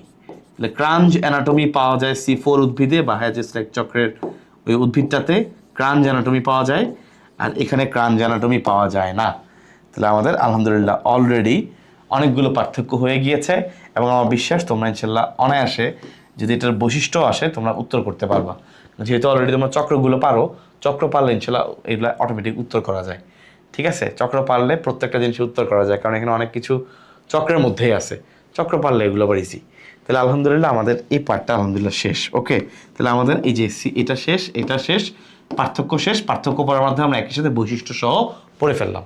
ওকে, তাহলে আমরা সালোক সংশ্লেষণ এবং শ্বসনের পার্থক্য পড়ার আগে শ্বসন পড়তে হবে, তারপরে আমরা পড়বো। তারপর লাস্ট আমরা খেয়াল করবো সালোক সংশ্লেষণের তাহলে ফাইনালি বিক্রিয়াটা কি দাঁড়ায়। তোমরা সবাই জানো এটা, এই বিক্রিয়া অবশ্যই একদম সংখ্যা সহ পারতে হবে। 6 অণু কার্বন ডাইঅক্সাইড, 12 অণু পানি, 12 অণুর পানি এবং সূর্যের আলো, খেয়াল করো, সূর্যের আলো মানে সহজ কথা আলোক শক্তি আর ক্লোরোফিল, পাতার ক্লোরোফিল, এই দুইটা অবশ্যই লাগবে। সূর্যের আলো এবং ক্লোরোফিলের উপস্থিতিতে তৈরি করে শর্করা। শর্করা হচ্ছে C6H12O6, শর্করা তৈরি করবে। শর্করা এবং সাথে সাথে হচ্ছে 6 অণু পানি আর 6 অণু অক্সিজেন। পরীক্ষা এটা খুবই ইম্পর্টেন্ট। উপজাত হিসেবে কি তৈরি হয়? পানি এবং অক্সিজেন তৈরি হয়। ওকে, সালোক সংশ্লেষণে তাহলে দেখো খাদ্য তৈরি হচ্ছে, এই খাদ্য আমরা খেয়ে বেঁচে থাকি, এই খাদ্য তৈরি হয় বলেই কিন্তু উৎপাদক হিসেবে গাছপালা ভূমিকা পালন করে বলেই কিন্তু এর উপর প্রাণীকুল নির্ভরশীল। নেক্সট, সে যে শুধু খাদ্য তৈরি করে এমন না, সে কিন্তু অক্সিজেন দেয় এবং এই অক্সিজেন তোমরা জানো আমরা মানুষরা প্রাণীরা গ্রহণ করি। সো আলটিমেটলি প্রাণীদের টিকে থাকার জন্য দুইটাই ভূমিকা অনেক বেশি। তো ইনশাল্লাহ লিখতে পারবা। এখন দেখো সালোক সংশ্লেষণে যে পানিটা নির্গত হয়, যেই অক্সিজেনটা নির্গত হয়, এই অক্সিজেনের উৎস হচ্ছে মূলত পানি। এই অক্সিজেনের উৎস কি? পানি। এটা পরীক্ষা করার জন্য ভ্যান নিলের পরীক্ষা, হিল বিক্রিয়া, রুবেন কামানের তেজস্ক্রিয় পরীক্ষা, অনেকগুলো পরীক্ষা আছে, এমসিকিউতে আসে। বাট মনে রাখবা এই পানি থেকে মূলত অক্সিজেন আসে, আর এই কার্বন ডাইঅক্সাইডের আত্তীকরণের মাধ্যমে আসে শর্করা। ওকে, কার্বন ডাইঅক্সাইডের বিজারণের মাধ্যমে, কার্বন ডাইঅক্সাইড কার্বন বিজারণের পথ, কার্বন ডাইঅক্সাইড বিজারিত হয়ে মূলত এটা তৈরি হয়। কারণ বিজারণ মানে মনে রাখবা সহজ কথায় হাইড্রোজেন যুক্ত হওয়া। দেখো কার্বন আছে, অক্সিজেন আছে, আর এখানে মাঝখানে হাইড্রোজেন ঢুকছে, তারপর হাইড্রোজেন যুক্ত মানে বিজারণ। এটা মনে রাখবা, এটা বিজারিত হয়েছে মানে আরেকটা হবে জারণ, শেষ। তাহলে কার্বন ডাইঅক্সাইড বিজারিত হয়, হয়ে সেই শর্করা তৈরি করে। এই বিজারিত হওয়ার চক্রটা হচ্ছে দুইটা, একটা C3 আমরা পরে আসছি, আর একটা C4। ওকে, এই হচ্ছে টোটাল সালোক সংশ্লেষণ। আমরা বিশ্বাস করছি ইনশাল্লাহ, আমি বিশ্বাস করছি তুমি পারবা। ওকে, তাহলে শর্টকাট আলহামদুলিল্লাহ এটা পড়া শেষ। আমরা এখন ইনশাল্লাহ শুরু করব শ্বসন। ওকে ওকে সো শ্বসন থেকে এখানে প্রশ্নগুলো একদমই লিমিটেড। কিরকম জানো? শ্বসন থেকে একটা প্রশ্ন একদম শিওর তুমি পাবা, শিওর, একদম শিওর। সেটা হচ্ছে গ্লাইকোলাইসিস। মানে এটা মিস নাই, বুঝছো? তোমার অন্য কিছু মিস হতে পারে, এটা মিস হবে না। গ্লাইকোলাইসিস হচ্ছে এই অধ্যায়ের জন্য একদম 10 স্টার। এই অধ্যায়ের জন্য একদম 10 স্টার হচ্ছে গ্লাইকোলাইসিস, এটা মিস করার সুযোগ নেই। সেকেন্ডলি আমরা ক্রেবস চক্রটা পড়বো, এবং ক্রেবস চক্র থেকে এনজাইম বেশি একটা পড়তে হয় না। ক্রেবস চক্রের যদি তুমি মনে রাখতে পারো এটাই এনাফ। এবং এই মনে রাখার জন্য আমি একটা দারুণ ছন্দ দিব, যেটা তুমি ইনশাল্লাহ অনায়াসে মনে রাখতে পারবা। যেটা ছন্দটা একটা গল্পের লাইন, সুন্দর লাইন, তুমি খুব ইজিলি পারবা। এরপর এখানে এটিপির হিসাব এবং শ্বসনের গুরুত্ব, বুঝছো? শ্বসনের গুরুত্ব যখন বলবো, বুঝছো, শ্বসনের গুরুত্ব ওইটা আমি দেখাবো তোমাকে। গুরুত্ব বললে এখানে ক্রেবস চক্রের গুরুত্ব আসবে, ওখানে সবাত শোষণের গুরুত্ব আসবে, বাট মেইনলি শ্বসনের গুরুত্ব বলতে মেইনলি অবাত শোষণের গুরুত্বটা হচ্ছে মোস্ট ইম্পর্টেন্ট। এটাই মেইনলি পরীক্ষায় আসে। ওকে, আচ্ছা, ফার্স্ট অফ অল খেয়াল করে দেখো, শ্বসন দুই রকমের তোমরা জানো, একটা হচ্ছে সবাত শোষণ আর একটা হচ্ছে অবাত শোষণ। তাহলে শ্বসন হচ্ছে দুই রকমের, সবাত এবং অবাত। এখন এই যে সবাত এবং অবাত দুই রকমের শ্বসন, খেয়াল করে দেখো, এই দুই রকমের যে শ্বসন, সবাত এবং অবাত, তোমরা সবাই জানো যে সবাত শোষণ হচ্ছে অক্সিজেন লাগে, আর অবাত শোষণ হচ্ছে অক্সিজেন লাগে না। লাগে না বলতে অক্সিজেনকে কাজে লাগানোর মতো কিছু নাই। লাগে না বলতে অক্সিজেনকে কাজে লাগাবার মতো কিছু নাই। ওকে, এই হচ্ছে কথা। তাহলে খেয়াল করো ফার্স্টে সবাত শোষণ। আচ্ছা, সবাত শোষণ খেয়াল করে দেখো, সবাত শোষণের বেলায় সিম্পল কথা, সবাত মানে অক্সিজেন লাগে। তাহলে এই সবাত শোষণের বিক্রিয়াগুলো হয় সাইটোপ্লাজমে, এবং একই সাথে অক্সিজেনকে কাজে লাগায় মূলত মাইটোকন্ড্রিয়া। অক্সিজেনকে কাজে লাগায় কে? মাইটোকন্ড্রিয়া। তাহলে সবাত শোষণ হয় সাইটোপ্লাজমে এবং সবাত শোষণ হয় মাইটোকন্ড্রিয়াতে। নেক্সট, অবাত শোষণ, যেহেতু এখানে অক্সিজেন ব্যবহার হয় না, অক্সিজেনের কাহিনী বাদ, এই জন্য মনে রাখবা অবাত শোষণ শুধুমাত্র সাইটোপ্লাজমে হয়, এখানে মাইটোকন্ড্রিয়া থাকে না। মাইটোকন্ড্রিয়া না থাকার কারণে এখানে বাকি বিক্রিয়াগুলো ঘটতে পারে না। ওকে, সবাত শোষণের ধাপ হচ্ছে 4টা। নাম্বার 1 হচ্ছে গ্লাইকোলাইসিস। এই গ্লাইকোলাইসিস দুইজনের জন্যই কমন ধাপ। তাহলে গ্লাইকোলাইসিস দুইজনের জন্যই প্রথম এবং কমন ধাপ। ওকে, তাহলে গ্লাইকোলাইসিস দুইজনের জন্যই কমন ধাপ এবং এই গ্লাইকোলাইসিস প্রক্রিয়াটা ঘটে সাইটোপ্লাজমে, দুইজনেরই সাইটোপ্লাজম আছে। এরপরে গ্লাইকোলাইসিসে আলটিমেটলি গ্লুকোজ থেকে তৈরি হয় পাইরুভিক অ্যাসিড। গ্লাইকোলাইসিসের ফলে গ্লুকোজ থেকে তৈরি হয় কি? Pyruvic acid. এটার সম্পূর্ণ জারণ ঘটে মাইটোকন্ড্রিয়ার মধ্যে, আর অসম্পূর্ণ জারণ ঘটে অবাধ শ্বসনের বেলায়। ঠিক আছে, তাহলে এই হচ্ছে দুইটা বিষয়, এবং এই অবাধ শ্বসনে আমি একটু লাস্টের পরে দেখাবো কি তৈরি হয়। আমরা ফার্স্ট ইনশাল্লাহ এটা পড়বো, সবাধ শ্বসন এবং প্রথম ধাপ গ্লাইকোলাইসিস, যেটা মাস তোমাকে পড়তেই হবে, এটাই পরীক্ষা আসবে একদম শিওর। মানে এটা আসে ম্যাক্সিমাম বোর্ড বলতে আসলে 90% বোর্ডে এটা আসে। চলো দেখি ফার্স্টে glucose. Okay, so we are starting from glucose. Glucose তো তুমি দেখতে পাচ্ছ হচ্ছে গ্লুকোজ। গ্লুকোজ কত কার্বন? মনে রাখবা গ্লুকোজ 6 কার্বন, সবাই খুব সিম্পলভাবে জানি, কিন্তু একটা জিনিস মনে রাখবা যে আমরা এখন যে বিক্রিয়াগুলো দেখাবো, এই বিক্রিয়াগুলো দেখানোর সময় একটা বিক্রিয়াতেও তুমি একমুখী উভমুখী এই চিহ্নগুলো তুমি দিবা না, একমুখী উভমুখী মার্কিংগুলো দিবা না, একদম লাস্টে গিয়ে আমরা এই মার্কিংগুলো দিব। হ্যাঁ, তাহলে এখন শুধুমাত্র দাগ দিয়ে যাবো। গ্লুকোজ থেকে তৈরি হবে, দেখো আমি একটু জায়গা রেখে রেখে লিখি, গ্লুকোজ থেকে তৈরি হবে গ্লুকোজ 6 ফসফেট। গ্লুকোজ থেকে তৈরি হবে গ্লুকোজ 6 ফসফেট। 6 ফসফেট মানে কি? গ্লুকোজের 6টা কার্বন, 6 নাম্বার কার্বনে ফসফেট মূলক যুক্ত হবে, তখন তার নাম হবে গ্লুকোজ 6 ফসফেট। তাহলে গ্লুকোজ 6 ফসফেট মানে গ্লুকোজের 6 নাম্বার কার্বনে ফসফেট মূলক যুক্ত হবে। ওকে, তখন নাম হবে গ্লুকোজ 6 ফসফেট। তাহলে গ্লুকোজের 6 নাম্বার কার্বনে যুক্ত হয়েছে ফসফেট। এই ফসফেট আসলো কোত্থেকে? তার মানে নিশ্চয়ই একটা এটিপি ভাঙছে, তার মানে একটা এটিপি ভাঙছে, এটিপি ভেঙে তৈরি হয়েছে এডিপি, আর ফসফেটটা এখানে যুক্ত হলো। এবং মনে রাখবা এটিপি ভাঙতে সহায়তা করে আয়নের নাম হলো ম্যাগনেসিয়াম আয়ন, ম্যাগনেসিয়াম 2+। এটিপিকে ভাঙতে সহায়তা করে কে? ম্যাগনেসিয়াম 2+। ওকে, আচ্ছা নেক্সট খেয়াল করো, যে গ্লুকোজ 6 ফসফেট। ওকে, আচ্ছা গ্লুকোজ 6 ফসফেট এখন খেয়াল করে দেখো, তোমরা জানো যে গ্লুকোজের একটা পলিমার আছে, গ্লুকোজের একটা আইসোমার আছে, সমাণু আছে, সেটা কোনটা বলো? ভাই গ্লুকোজের সমাণু হলো ফ্রুক্টোজ। তাহলে গ্লুকোজ থেকে তৈরি হবে ফ্রুক্টোজ, কিচ্ছু লাগবে না, কোনো কিছু তোমাকে চিন্তাও করতে হবে না, জাস্ট গ্লুকোজের সমাণু হলো ফ্রুক্টোজ, তো এই জন্য প্যারাহীন। নেক্সট ফ্রুক্টোজ থেকে তৈরি হবে, খেয়াল করো, ফ্রুক্টোজ থেকে তৈরি হবে ফ্রুক্টোজ 1,6 বিসফসফেট। 1,6 বিসফসফেট মানে কি? ফ্রুক্টোজের যে 6টা কার্বন, আগে শুধুমাত্র 6 নাম্বার কার্বনে ফসফেট ছিল, এখন 1 নাম্বার কার্বনে ফসফেট আসবে। আমরা C3 চক্র পড়ার সময় উল্টা পড়ছিলাম। ওকে, এভাবে করে উল্টা পড়ছিলাম, এখন এটা এইভাবে C3 চক্রে আমরা এখান থেকে নিচে গেছিলাম, সামনেও দেখাবো সেম টাইপেরই, যেখান থেকে নিচে নামছিলাম এখন এটা উল্টা। ওকে, তাহলে খেয়াল করো, ফ্রুক্টোজ 6 ফসফেট থেকে ফ্রুক্টোজ 1,6 বিসফসফেট, এটার মানে ফ্রুক্টোজের এই 1 নাম্বার কার্বনেও একটা ফসফেট মূলক যুক্ত হয়েছে। প্রশ্ন হলো এই ফসফেটটা আসলো কোত্থেকে? ফসফেট আসলো এটিপি ভেঙে। তোমরা সবাই জানো যে এটিপি ভাঙলে এডিপি তৈরি হয় আর একটা ফসফেট মুক্ত হয়, ওই ফসফেট এসে যুক্ত হয়েছে 1 নাম্বার কার্বনে।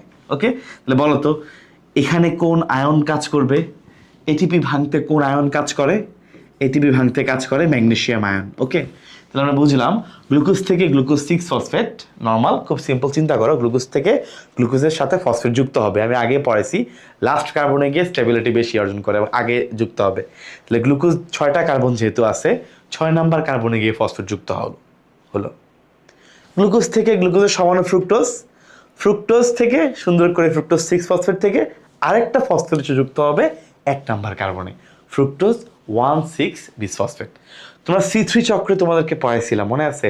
ফ্রুক্টোজ 1,6 বিসফসফেট এটা তৈরি হয়েছিল কোত্থেকে, মনে আছে? ঠিক সেম, এটা উল্টা। ফ্রুক্টোজকে যদি আমি দুই ভাগে ভাগ করি, খেয়াল করে দেখো, এক পাশে তৈরি হবে 3 ফসফোগ্লিসারালডিহাইড, ওই যে উল্টা, আগে নিচ থেকে উপরে গেছিলাম, এক পাশে তৈরি হবে 3 ফসফোগ্লিসারালডিহাইড, আরেক পাশে ডাইহাইড্রোক্সি এসিটোন 3 ফসফেট। কোনো ঝামেলা নাই, কোনো টেনশন নাই, কারণ অ্যালডিহাইড এবং কিটোন পরস্পরের সমানু। তাহলে এক পাশে 3-ফসফোগ্লিসারালডিহাইড, আরেক পাশে হচ্ছে ডাইহাইড্রোক্সি এসিটোন 3-ফসফেট। ওকে, আচ্ছা ঠিক আছে। এখন এটা বিক্রিয়াটা দেওয়ার একটা সুন্দর সিস্টেম আছে। এই বিক্রিয়া দেওয়ার সিস্টেমটা আমি তোমাকে বলি।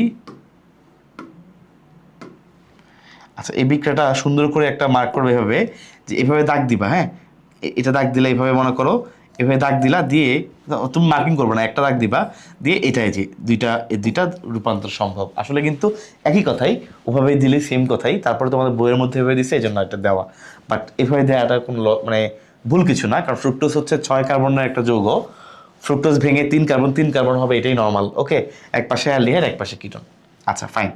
ডাইহাইড্রোক্সি এসিটোন, এসিটোন হচ্ছে 3 কার্বনের একটা কিটোন। 3 কার্বনের অ্যালডিহাইড হচ্ছে গ্লিসারলডিহাইড, 3 কার্বনের কিটোন হচ্ছে 3 কার্বনের কিটোন হলো এসিটোন। ওকে ফাইন, ঠিক আছে। নেক্সট খেয়াল করে দেখো, 3-ফসফোগ্লিসারালডিহাইড। ওকে, এখন তাহলে কি হবে খেয়াল করো, এটা হচ্ছে একটা অ্যালডিহাইড। ওকে, 3-ফসফোগ্লিসারালডিহাইড হচ্ছে অ্যালডিহাইড। তোমরা জানো অ্যালডিহাইডকে জারিত করলে পাবা অ্যাসিড। অ্যাসিডের নাম হচ্ছে 1,3-বিস-ফসফো 1,3-বিস-ফসফোগ্লিসারিক অ্যাসিড। কি পাবা? 1,3-বিস-ফসফোগ্লিসারিক অ্যাসিড। খেয়াল করো ভাইয়া, অ্যালডিহাইডকে জারণ করলে তুমি অ্যাসিড পাবা। আমি তোমাকে আগেই বলছিলাম, শুধু জারণ কোনো বিক্রিয়া হয় না, জারণ বিজারণ একসাথে ঘটে। তার মানে এখানে অবশ্যই একটা বিজারণ বিক্রিয়াও ঘটবে। এক্স্যাক্টলি, বিজারণের ফলে হবে কি, এনএডিপি থেকে তৈরি হবে একটা NADH2। তো NADH2 তোমাদের বই সুন্দর করে এভাবে লেখা, NADH এইভাবে লেখা। ওকে, কোনো প্যারা নাই, NADH+H+। এই যে একটা বিজারণ বিক্রিয়াও ঘটলো, আবার জারণ বিক্রিয়াও ঘটলো। কারণ অ্যালডিহাইড থেকে যখন অ্যাসিড হবে, তোমাদেরকে আমি পড়াইছি C3 চক্রের সময়, অ্যাসিডকে জারিত করলে অ্যালডিহাইড, অ্যালডিহাইডকে জারিত করলে অ্যাসিড। তাহলে অ্যালডিহাইড থেকে অ্যাসিড হয়েছে মানে জারণ বিক্রিয়া। তাহলে এই পাশে হবে বিজারণ। দেখছো, হাইড্রোজেন যুক্ত হওয়া কিন্তু বিজারণ বিক্রিয়া হয়ে গেছে। ফাইন, নেক্সট খেয়াল করো, এই 1,3-বিস-ফসফোগ্লিসারিক অ্যাসিড, এখান থেকে একটা ফসফেট আলাদা হবে। ফসফেট যদি বের হয়, তুমি বুঝতেই পারছো, এডিপির সাথে একটা ফসফেট যুক্ত হবে, হয়ে তৈরি করবে এক অণু এটিপি। তাহলে এডিপির সাথে ফসফেট যুক্ত হয়ে কি তৈরি করলো? এটিপি তৈরি করলো। ওকে, এবার খেয়াল করো, আগেই তোমাকে পড়াইছিলাম, অলওয়েজ একটা ফসফেট থাকলে সেটা থাকবে লাস্ট কার্বনে, এরপর যদি আরেকটা আসে এটা হবে ফার্স্ট কার্বনে, তাই না? এখানে দুইটা আছে, একটা চলে যাবে। কোনটা চলে যাবে? ফার্স্টটা চলে যাবে। লাস্ট কার্বনেরটা হচ্ছে বলছিলাম বেশি স্টেবল, মনে রাখার জন্য খুব ইজি একটা ওয়ে মনে রাখার জন্য, যে লাস্ট কার্বনে যদি একটা ফসফেট থাকে সে কই থাকবে? লাস্ট কার্বনে। তাহলে এখান থেকে যদি একটা ফসফেট চলে গেছে, তাহলে কি থাকে? 3-ফসফোগ্লিসারিক অ্যাসিড। তাহলে কি থাকে? 3-ফসফোগ্লিসারিক অ্যাসিড। কি থাকে? 3-ফসফোগ্লিসারিক অ্যাসিড। তাহলে আমরা আলটিমেটলি কি পেলাম? 3-ফসফোগ্লিসারিক অ্যাসিড। বাকিটা এখানে লিখছি, দেখো 3-ফসফোগ্লিসারিক অ্যাসিড। ওকে, আচ্ছা নেক্সট, 3-ফসফোগ্লিসারিক অ্যাসিড মানে 3 নম্বর কার্বনে ফসফেট মূলকটা আছে। এখন যদি এমন হয় কোন একটা মিউটেশন ঘটে, 3 নম্বর কার্বন থেকে ফসফেট মূলকটা চলে যায় 2 নম্বর কার্বনে, তাহলে এটাকে এক ধরনের মিউটেশন। এক্স্যাক্টলি আমরা পড়বো ওই ধরনেরই একটা এনজাইম, তখন তার নাম হয় 2-ফসফোগ্লিসারিক অ্যাসিড। তাহলে জাস্ট ফসফেট মূলকটা 3 নম্বর কার্বন থেকে চেঞ্জ করে সে বেসিক্যালি কত নাম্বার কার্বনে গিয়েছে? 2 নম্বর কার্বনে। এটা কাইন্ড অফ মিউটেশন, মনে রাখতে পারো। ওকে, আচ্ছা মোটামুটি দেখো 2-ফসফোগ্লিসারিক অ্যাসিড হয়ে গেল। নেক্সট, এই 2-ফসফোগ্লিসারিক অ্যাসিড, ইট মিনস আমার যেই ফসফেট মূলকটা কত নম্বরে আছে? 2 নম্বরে আছে। ওকে ফাইন, এবার সেখান থেকে তৈরি হবে ইনলেজ এনজাইমের মাধ্যমে ফসফোইনল পাইরুভিক অ্যাসিড। কি তৈরি হবে? ফসফোইনল পাইরুভিক অ্যাসিড। তাহলে ইনলেজ এনজাইমের মাধ্যমে তৈরি হবে ফসফোইনল পাইরুভিক অ্যাসিড, এবং একদম লাস্টে এসে এই ফসফেট মূলকটা বের হয়ে যাবে, বুঝতেই পারছো, বের হয়ে এডিপির সাথে ফসফেট যুক্ত হয়ে তৈরি করবে এটিপি। আর আলটিমেটলি ফাইনাল প্রোডাক্ট হচ্ছে এই ধাপে পাইরুভিক অ্যাসিড, 3 কার্বন বিশিষ্ট CH3COCOOH, 3 কার্বন বিশিষ্ট পাইরুভিক অ্যাসিড তৈরি হলো। This is it. ওকে, তাহলে তৈরি হয়ে গেল 3 কার্বন বিশিষ্ট পাইরুভিক অ্যাসিড CH3CO COOH। ঠিক আছে, তাহলে আলহামদুলিল্লাহ আমাদের প্রোডাকশন কমপ্লিট, প্রোডাকশন আলহামদুলিল্লাহ ডান। ওকে, প্রোডাকশন আলহামদুলিল্লাহ শেষ। এবার তাহলে আমরা একটু সুন্দর করে বিক্রিয়াগুলো একটা করে একটু মডিফাই, মানে সুন্দর করে একটু এর একটা বাহ্যিক ভালো একটা রূপ দিব। ফার্স্ট অফ অল মনে রাখবা 1 নাম্বার, 3 নাম্বার আর লাস্ট, এই 3টা বিক্রিয়া হচ্ছে একমুখী। এই যে 1 নাম্বার, 3 নাম্বার আর লাস্টেরটা, এই 3টা বিক্রিয়া হচ্ছে একমুখী। বাকি যত বিক্রিয়া আছে সব হচ্ছে উভমুখী। সিম্পল কথা, কাজ শেষ। ওকে, তাহলে 1 নাম্বার, 3 নাম্বার এবং লাস্টের বিক্রিয়াটা হচ্ছে একমুখী। এটা মনে রাখবা, 1, 3 এবং লাস্ট এই 3টা বিক্রিয়া হচ্ছে একমুখী, আর বাকি সব হচ্ছে উভমুখী। তাহলে বাকিগুলো উভমুখী করে দাও। এই যে বাকিগুলো আমি উভমুখী করে দিলাম, বুঝছো? এই জন্য বলছিলাম যে পরে দিও। এই যে বাকিগুলো আমি উভমুখী করে দিলাম, বাকিগুলো আমি সব উভমুখী করে দিলাম। হ্যাঁ, এই যে বাকিগুলো আমি উভমুখী করে দিলাম। এটা তো লাস্টেরটা শেষ। ঠিক আছে, এই যে আমার অলরেডি উভমুখী করার কাজ শেষ। এবার আমি এনজাইমের নামকরণ করব। মনে রাখবা, সহজ কথা তোমাকে ভাই আগেও বলছিলাম, যেখানে এটিপি আছে, কি আছে, যেখানে এটিপি আছে ওই এনজাইমের নাম হবে কাইনেজ। এটা ফিক্সড, একদম মুখস্থ। এটিপি থাকলে একদম তুমি কিছু না পারলেও লিখে দিয়ে যাবে কাইনেজ, কাজ হয়ে যাবে। যেখানে এটিপি ভাঙুক বা তৈরি হোক, যা ইচ্ছা তা হোক, এটিপির কাহিনী থাকলেই এনজাইমের নাম হবে কাইনেজ, একদম ফিক্সড। ওকে, আর যেখানে এনএডিপি বা এনএডিএইচ2, এই এনএডিপির যে কোনো কাহিনী ভাঙুক তৈরি হোক, যা ইচ্ছা তা হোক, এনএডিপি রিলেটেড যা ইচ্ছা তা, যে কোনো কিছু আসলেই তুমি একদম চিন্তামুক্তভাবে এনজাইমের নাম লিখবা ডিহাইড্রোজিনেস। ওকে, এর পরে আগে পিছিয়ে কিছু লাগাই দিলে কাজ শেষ আর কি। তারপরে মোটামুটি এই কয়েকটা পারলে ইনশাল্লাহ কাজ হবে। এটিপি কথা বললেই এনজাইমের নাম কি হবে? কাইনেস। ওকে, আর এনএডিপিএইচ2 কথা বললে এনজাইমের নাম হবে ডিহাইড্রোজিনেস। হোপফুলি ইনশাল্লাহ পারবা। তাহলে এখন খেয়াল করে দেখো, গ্লুকোজ থেকে glucose 6 phosphate. Okay fine, glucose হচ্ছে 6 কার্বনের একটা যৌগ, এটা আমরা সবাই জানি। তাহলে গ্লুকোজ যদি 6 কার্বনের হয়, বলো তো 6 কার্বনের সাথে এখানে কাইনেজ, এটিপির কাহিনী আছে মানে কাইনেজ, তো এটার নাম হচ্ছে হেক্সাকাইনেস বা হেক্সোকাইনেস। হেক্সোকাইনেস। ওকে, হেক্সা মানে 6 কার্বন, এটার নাম হচ্ছে হেক্সাকাইনেস। কি নাম? হেক্সাকাইনেস। হ্যাঁ, হেক্সোকাইনেস।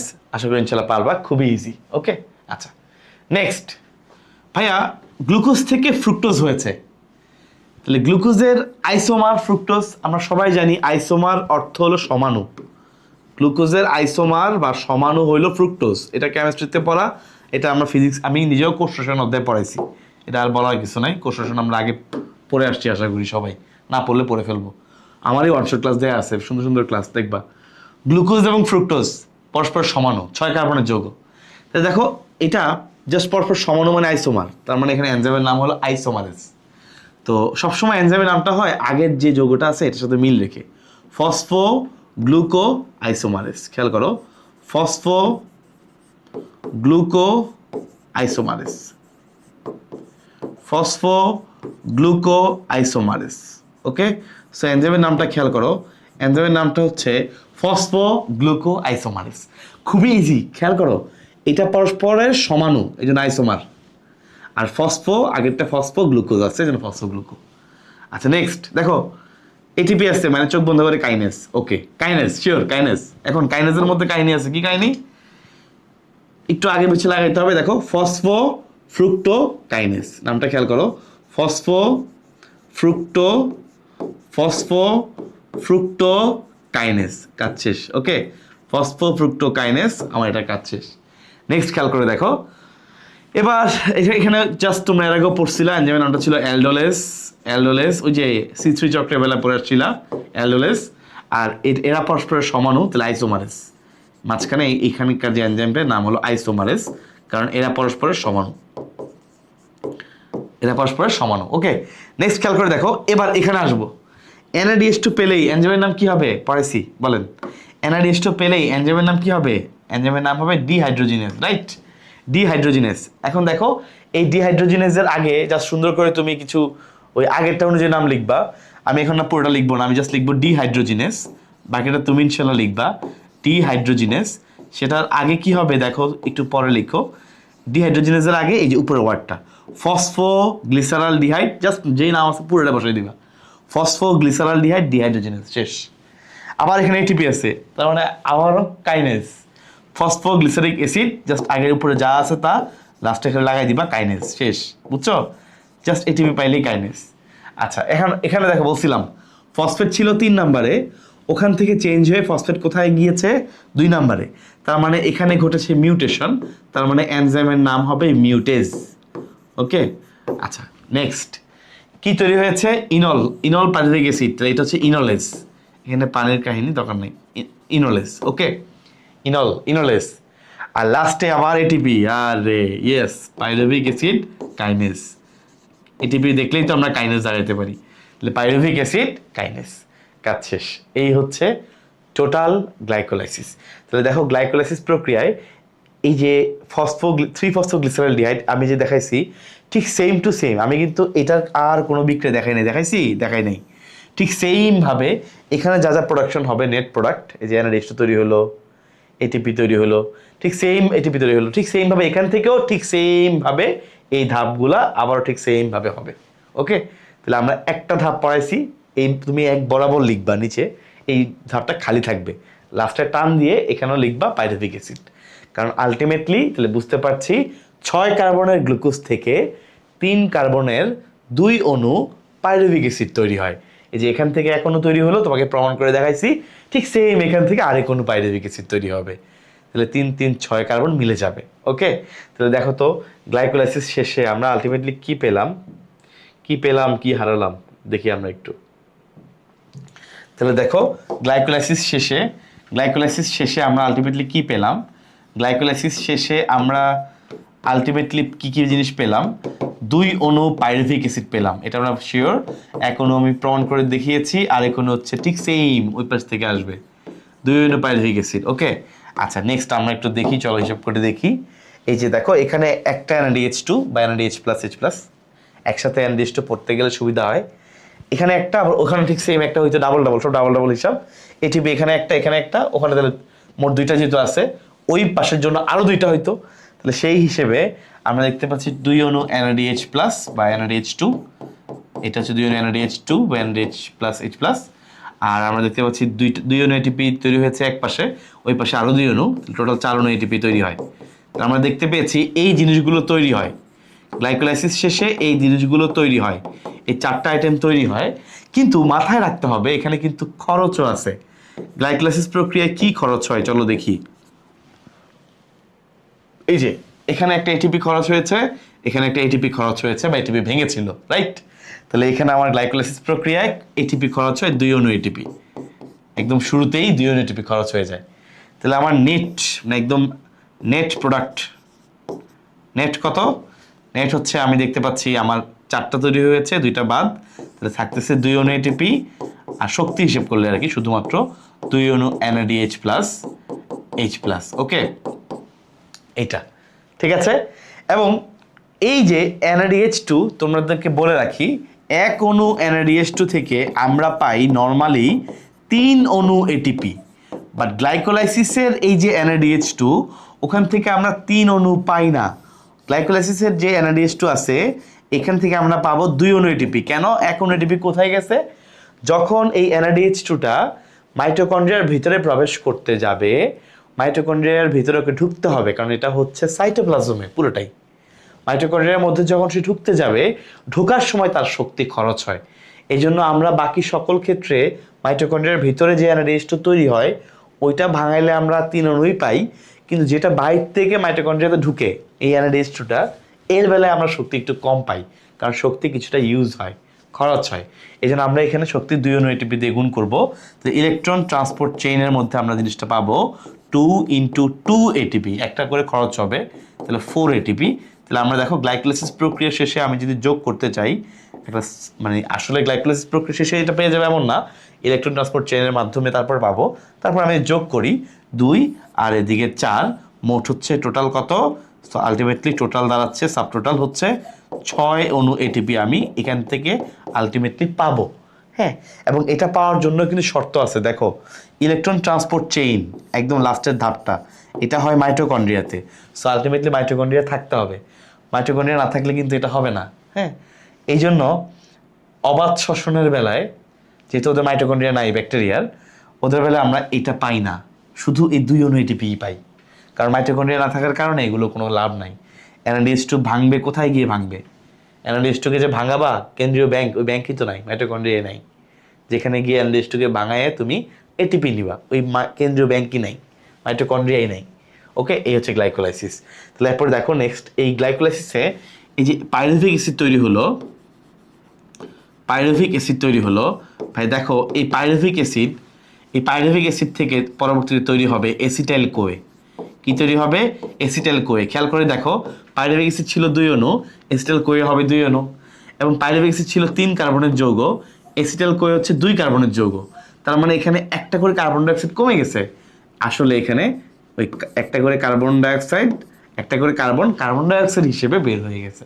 ওকে, তাহলে 3 কার্বন থেকে বুঝতে পারছো 3 কার্বন থেকে 2 কার্বন কেমনে হলো, একটা করে কার্বন ডাইঅক্সাইড বের হয়ে গেছে। তাহলে 2 অণু থেকে এই যে 2 অণু কার্বন ডাইঅক্সাইড বের হলো। ঠিক আছে? আচ্ছা, এই ধাপে গিয়ে আরেকটা NADH2 তৈরি হয়, এই ধাপে গিয়ে আরেকটা NADH2 তৈরি হয়, এই ধাপে গিয়ে আরেকটা NADH2 তৈরি হয়। ওকে, সো এটার নামও পড়ার আলাদা করে দরকার নাই, এটাও ডিহাইড্রোজিনেস, তাই না? এটা আমি আলাদা করে কি বলবো বলো?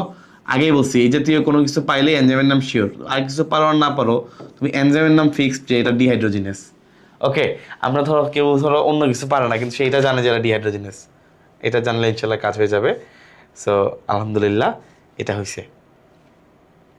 ঠিক আছে, তাহলে ডিহাইড্রোজিনেস এনজাইমের মাধ্যমে তৈরি হয়ে গেল এসিটাইল কোয়ে। এবার সেই এসিটাইল কোয়ে প্রবেশ করবে কোথায়? এসিটাইল কোয়ে প্রবেশ করবে এই ক্রেবস চক্রে। ওকে, তারপরে এসিটাইল কোয়ে প্রবেশ করবে ক্রেবস চক্র। এরপর থেকে আসলে ক্রেবস সাইকেল শুরু, এরপর থেকে শুরু হবে ক্রেবস চক্র। তাহলে ক্রেবস চক্রটা কি করব দেখো, ক্রেবস চক্র এখানে একটু খেয়াল রাখো, যেহেতু পাইরুভিক অ্যাসিড আছে 2 অণু, 2 অণু এসিটাইল কোয়ে, 2 অণু কার্বন ডাইঅক্সাইড, একেবারে 2 অণু NADH2 তৈরি হবে। ওকে, সবই কারণ একবারে একটা NADH2, দুইবারে 2টা, সিম্পল। আচ্ছা, এবং ইলেকট্রন ট্রান্সপোর্ট চেনে এখান থেকে তুমি 3 দুগুণা 6টা ATP পাবা, সমস্যা নেই। চলো আমরা এখন পড়বো ইনশাআল্লাহ ক্রেবস চক্র, ভেরি মাচ ইম্পর্টেন্ট, একটা ছন্দ দিয়ে পড়বো। চলো দেখি। ফার্স্ট অফ অল ভাইয়া, তাহলে আমরা দেখতে পাচ্ছি acetyl Koi, right? Acetyl Koi ঢুকছে, এসিটাইল কোয়ে ঢুকছে, আচ্ছা ঢুকলো।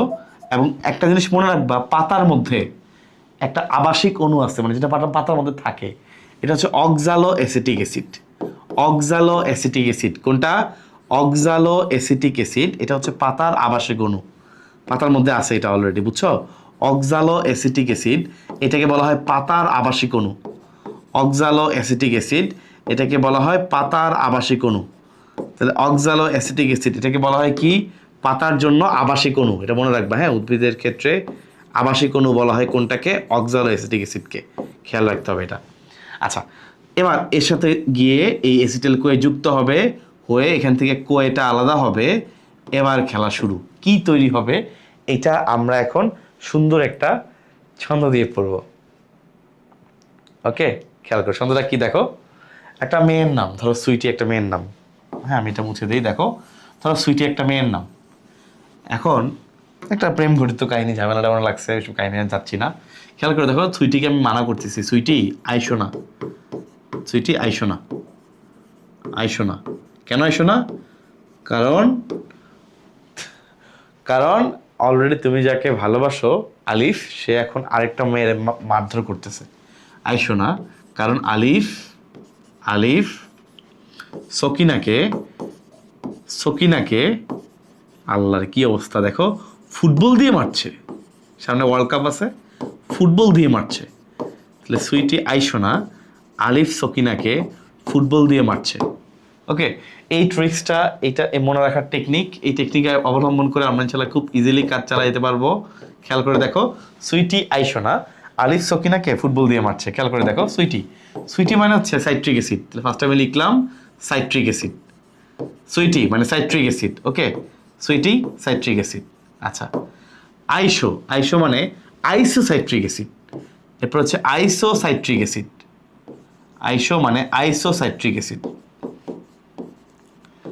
আইসো মানে আইসোসাইট্রিক অ্যাসিড। তাহলে সুইটি আইসো মানে আইসোসাইট্রিক অ্যাসিড। ওকে, আচ্ছা নেক্সট আলিফ মানে alpha keto glutaric acid, alpha keto glutaric acid, alpha keto glutaric acid, আলিফ দিয়ে মনে রাখবা alpha keto glutaric acid. Okay, next Sakina দিয়ে 2টা, একটা হচ্ছে সাকসিনাইল কোয়ে, একটা হচ্ছে সাকসিনাইল সকিনা, সাকসিনাইল কোয়ে, এত পাওয়া দেখছো দুইটা। আর একটা হচ্ছে সাকসিনিক অ্যাসিড, সাকসিনিক অ্যাসিড। তাহলে সকিনা দিয়ে দুইটা, হ্যাঁ, succinyl CoA, succinic acid. Next ফুটবল, ফুটবল দিয়ে হচ্ছে ফিউমারিক অ্যাসিড, ফুটবল দিয়ে হচ্ছে ফিউমারিক অ্যাসিড, ফুটবল দিয়ে হচ্ছে ফিউমারিক অ্যাসিড। লাস্টে কি আছে, মারছে মানে ম্যালিক অ্যাসিড, এরপর হচ্ছে মারছে মানে ম্যালিক অ্যাসিড। এবার ইনশাল্লাহ খেয়াল করো ভাইয়া, এবার আমার সব পুরা ক্রেবস চক্রের সকল বিক্রিয়া আলহামদুলিল্লাহ শেষ, ক্রেবস চক্রের সকল বিক্রিয়া আমার আলহামদুলিল্লাহ শেষ। তোমরা বুঝছো কিনা, সবাই ক্লিয়ার কিনা আমরা বলো, সবাই ক্লিয়ার? Okay fine. এই সাইট্রিক অ্যাসিড থেকে আইসোসাইট্রিক অ্যাসিড, এটা হচ্ছে উপমুখী বিক্রিয়া। এরপর সাকসেনিক অ্যাসিডের পর থেকে যেগুলো আছে, যে এইটা মানে সাকসেনিক সকিনার পর থেকে যারা আছে, হ্যাঁ, এরা উপমুখী বিক্রিয়া। সকিনার পর থেকে যারা আছে এরা উপমুখী বিক্রিয়া। তাহলে বিক্রিয়ার কাজ শেষ।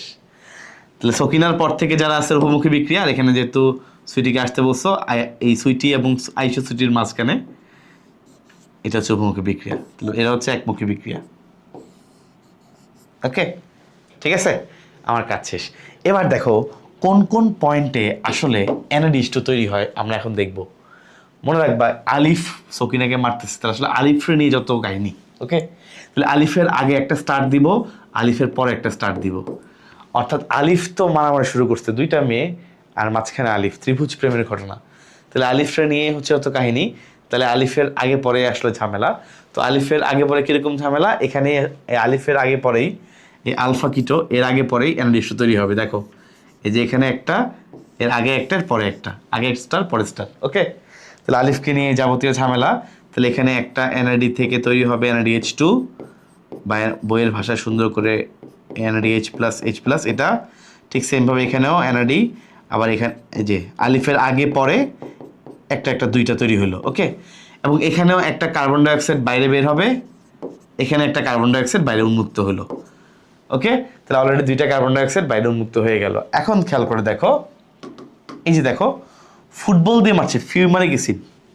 এই ফিউমারিক অ্যাসিড যখন তৈরি হবে, ফিউমারিক অ্যাসিড তৈরি হওয়ার সময় তৈরি হবে F দিয়ে ফিউমারিক অ্যাসিড, F দিয়ে FADH2, F দিয়ে ফিউমারিক অ্যাসিড, F দিয়ে FADH2।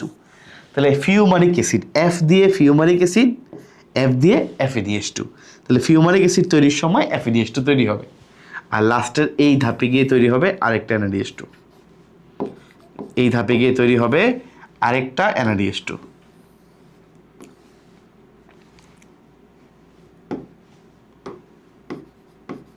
সংক্ষেপে লিখে ফেললাম NADH2। ওকে, ঠিক আছে, তাহলে লাস্টের এই ধাপে গিয়ে তৈরি হবে আরেকটা NADH2। তাহলে আমার দেখো এখানে আলটিমেটলি কয়টা NADH2 তৈরি হলো, একটা, এখানে একটা, এখানে একটা, টোটাল আমি 3টা NADH2 কিন্তু অলরেডি আমি পেয়ে গিয়েছি। ওকে, 3টা NADH2 আমি কিন্তু অলরেডি পেয়ে গিয়েছি। আমার মনে হয় না যে এটা নিয়ে আর কারো ডাউট আছে। আমরা ইনশাল্লাহ একদমই লাস্টের দিকে চলে আসছি। দেখো, আর একদমই লাস্টে এখানে একটা বিষয়, এখনো ATP তৈরি হয়। এই যে সকিনা দুই সকিনা মানে সাকসিনাল কোয়ে সাকসিনিক অ্যাসিড, এর মাঝখানে একটা এখনো ATP তৈরি হয়। এই যে শেষ, মোটামুটি আমার কাজ শেষ। কার্বন ডাইঅক্সাইড 2 অণু এখান থেকে বের হবে, কারণ আগে ছিল এখানে একটা অ্যাসিটাইল কোয়ে ঢুকছে না, একটা অ্যাসিটাইল কোয়ে থেকে 2 অণু, তাহলে 2টা থেকে 4 অণু, শেষ, মোট 6 অণু হয়ে গেল, আগে 2 অণু ছিল। সো এই আমরা একটা অ্যাসিটাইল কোয়ের কাহিনী পড়লাম।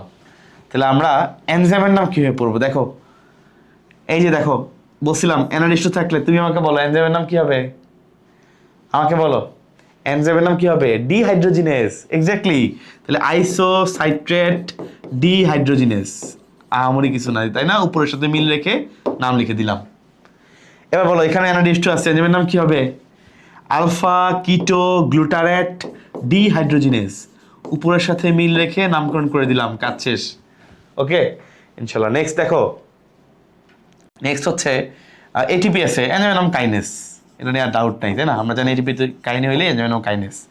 আচ্ছা নেক্সট, এই যে আবার NADH2 মতো আরেকটা আছে FADH2, যা আছে সমস্যা নাই, এই সেম কাহিনী, এটাও ডিহাইড্রোজিনেস, এনজাইমের নাম ডিহাইড্রোজিনেস। ওকে, এটার নামটা ঠিক আগের মতোই, আগের সাথে মিল রেখে, যেহেতু সাকসিনিক অ্যাসিড থেকে তৈরি হয়েছে সাকসিনেট ডিহাইড্রোজিনেস, এটার নাম কি হবে? এটাও ডিহাইড্রোজিনেস, ম্যালেট, ম্যালিক অ্যাসিড থেকে আসছে, ম্যালেট ডিহাইড্রোজিনেস। আমার কথা কি বুঝতে পারছো? একদম সিম্পল। NADH2 থাকলেই এনজাইমের নাম আমি আগেই পড়াইছি ডিহাইড্রোজিনেস, ATP থাকলে এনজাইমের নাম কাইনেস। একদম চোখ বন্ধ করে নিশ্চিন্ত তুমি চলে দাগাইতে পারো, ঠিক আছে? এটা নিয়ে কোনো ঝামেলা নাই। খালি একটা জিনিস একটু খেয়াল রেখো, এই তোমার এখানকার এই কাইনেসের জায়গায় তোমাদের বই লেখা আছে সাকসিনাল কোয়ে সিনথেটেস, সাকসিনাল কোয়ে সিনথেটেস, এটা একটু আলাদা করে খেয়াল রাখতে পারো। যদিও পরীক্ষা হলে মনে না থাকলে কাইনেস লিখে দিয়ে আসলে অসুবিধা হবে না, কারণ ATP তৈরি হতে কাইনেস এনজাইম যে কোনো ক্ষেত্রে ভূমিকা পালন করে। এটা কাইনেস আসছে কাইনেটিক এনার্জি থেকে, ওই এখানে এনার্জির একটা বিষয় আছে 7.3 কিলো ক্যালোরিজ, তো এটা হতে পারে। তারপরে বইয়ের মধ্যে এখানে লিখে সাকসিনাল কোয়ে সিনথেটেস, মনে না থাকলে না লিখবা, আর মনে থাকলে ইনশাল্লাহ লিখে রাখবা। হ্যাঁ, সাকসিনাল কোয়ে সিনথেটেস, সিনথেটেস এরকম একটা এনজাইমের নাম লেখা আছে। আর লেখার যে অবস্থা, যাক ঠিক আছে। ওকে, এই হচ্ছে ক্রেবস চক্র। তাহলে একটা অ্যাসিটাইল কোয়ের কাহিনী আমরা পড়ে ফেললাম, বুঝতে পারছো? এখানে টোটাল অ্যাসিটাইল কোয়ে 2 অণু ঢুকবে, তাহলে এরকম দুইবার ঘটবে, ঠিক আছে? 2 অ্যাসিটাইল কোয়ে থেকে দুইবার ঘটবে। তাহলে আলহামদুলিল্লাহ এটা পড়া শেষ, ঠিক আছে? তাহলে চলো আমরা এখন দেখি যে ক্রেবস চক্র থেকে আলটিমেটলি আমরা কি পেলাম। বলো না যে কি পেলাম, কি হারালাম, চলুন দেখি। চলুন দেখি ক্রেবস চক্র কেন এত গুরুত্ব, কারণ আমরা কি পেলাম ক্রেবস চক্র থেকে, চলো দেখি হিসাব করি। তাহলে আমরা ক্রেবস চক্র থেকে আসলে কি পেলাম, ক্রেবস চক্র থেকে আসলে কি পেলাম খেয়াল করো। ফার্স্ট অফ অল আমরা এখানে দেখি কি কি পাইছি, আমি একটু মার্ক করে দেই। এখানে একটা NADH2 দেখতে পাচ্ছি, এখানে আরেকটা, দুইটা, এখানে আরেকটা, তিনটা, এখানে একটা FADH2, এখানে একটা ATP, এই কয়টা জিনিসই পাইছি। তাহলে আমরা পেয়েছি 3 অণু NADH2, মানে এইভাবে আর কি। একটা পেয়েছি FADH2, আমি যা লিখছি সব কিন্তু ভুল, আগে বলে দিলাম, কেউ লিখলে লিখতে পারো, সমস্যা নেই। কেন ভুল? কারণ আমাদের হিসেবে আমি বলতেছি কাহিনী আছে, বিশাল কাহিনী। দেখো নেক্সট, আর তৈরি হচ্ছে এক অণু ATP। আচ্ছা, এই যে কথাটা লিখছি এটা কি সত্য? ক্রেবস চক্র থেকে কি টোটালি আমরা এটা পাই? না ভাইয়া, এইটা পাই আমরা এক অণু অ্যাসিটাইল কোয়ে থেকে। কিন্তু আমরা জানি আমাদের অ্যাসিটাইল কোয়ে আছে কয় অণু? 2 অণু, তাই না? তাহলে 2 অণু থেকে আসলে আমরা কত পাবো? তাহলে 2 অণু অ্যাসিটাইল কোয়ে থেকে, মানে টোটালি একটা ক্রেবস চক্র বলতে আমরা যা বুঝি, আসলে ক্রেবস চক্র থেকে আমরা কি কি পাই দেখো। ক্রেবস চক্র থেকে আমরা পাই 6 অণু NADH2, কারণ একবার 3 অণু, পরের বার 3 অণু। আমি সরাসরি NADH2 আকারে লিখলাম আর কি, তুমি চাইলে পরীক্ষা খাতা সুন্দর করে লিখো। 2 অণু FADH2, 2 অণু ATP। ওকে, ইলেকট্রন ট্রান্সপোর্ট চেইনে যখন যাবে মাইটোকন্ড্রিয়ার ভিতরে, ইলেকট্রন ট্রান্সপোর্ট চেইনে মাইটোকন্ড্রিয়াতে, এটাও ইলেকট্রন ট্রান্সপোর্ট চেইন, এটাও মাইটোকন্ড্রিয়াতেই হয়। এর মধ্যে গিয়ে এই বড় বড় টুকরাগুলো ভাঙবে, তোমরা জানো টুকরাগুলা, ওই যে বড় বড় নোটগুলো ছোট ছোট কয়েন আকারে বের হবে। 6 অণু NADH2 থেকে, 1 অণু NADH2 থেকে আমরা পাই কত? 1 অণু NADH2 থেকে পাই 3 অণু ATP, আর 1 অণু FADH2 থেকে আমরা পাই 2 অণু ATP। ওকে, তাহলে 3 6 18টা ATP পাবো আলটিমেটলি ব্যাংকের কাছ থেকে প্রসেসিং হওয়ার পরে। এখান থেকে 2 2 গুণা 4 অণু ATP প্রসেসিং হওয়ার পরে, এখানে তো যা আছে তাই, যা আছে তাই, 2 অণু ATP ছিল, 2 আছে। তাহলে আলটিমেট টোটাল কত হলো? 18 2 20, 20 4 24 অণু ATP। এই হচ্ছে ক্রেবস চক্রের ATPর হিসাব। 24 অণু ATP আলহামদুলিল্লাহ পাইছি আমরা ক্রেবস চক্রে। তাহলে সবচেয়ে বেশি এনার্জি প্রোডাকশন হয় কোথায়? ক্রেবস চক্রে। ওকে, এবং এই জন্যই কিন্তু গ্লাইকোলে এই শ্বসনের, সবাত শ্বসনের একটা গুরুত্বপূর্ণ রোল প্লে করে এই ক্রেবস চক্র। ওকে, তাহলে খেয়াল করো এখানে 24 অণু ATP। এর আগে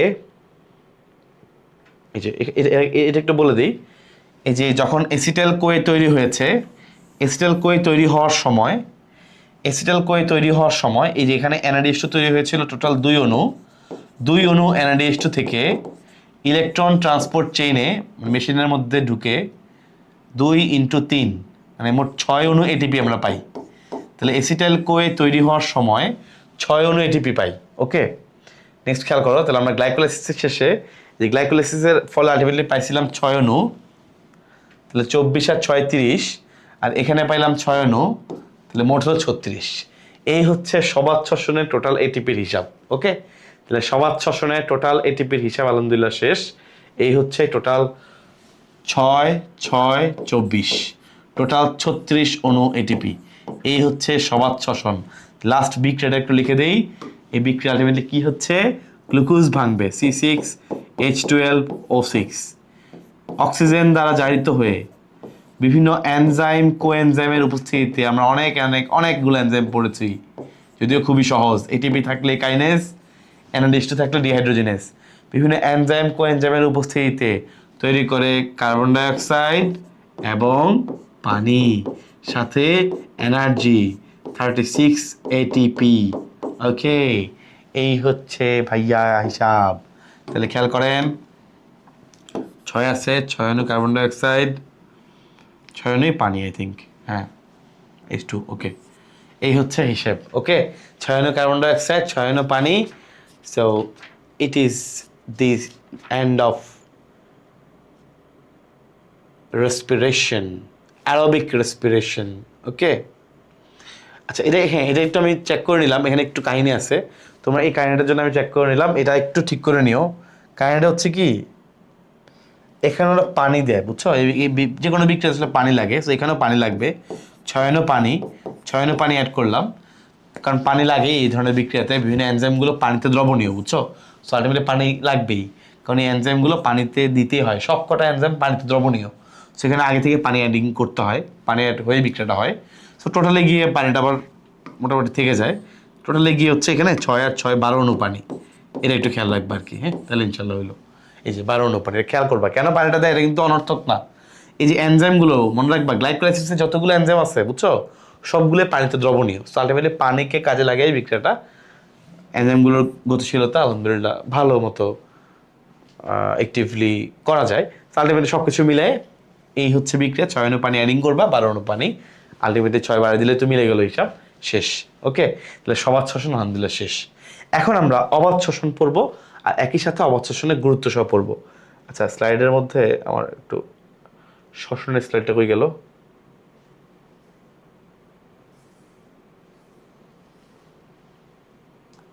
সালোক সংশ্লেষণের স্লাইড চলে আসছে, দাঁড়াও।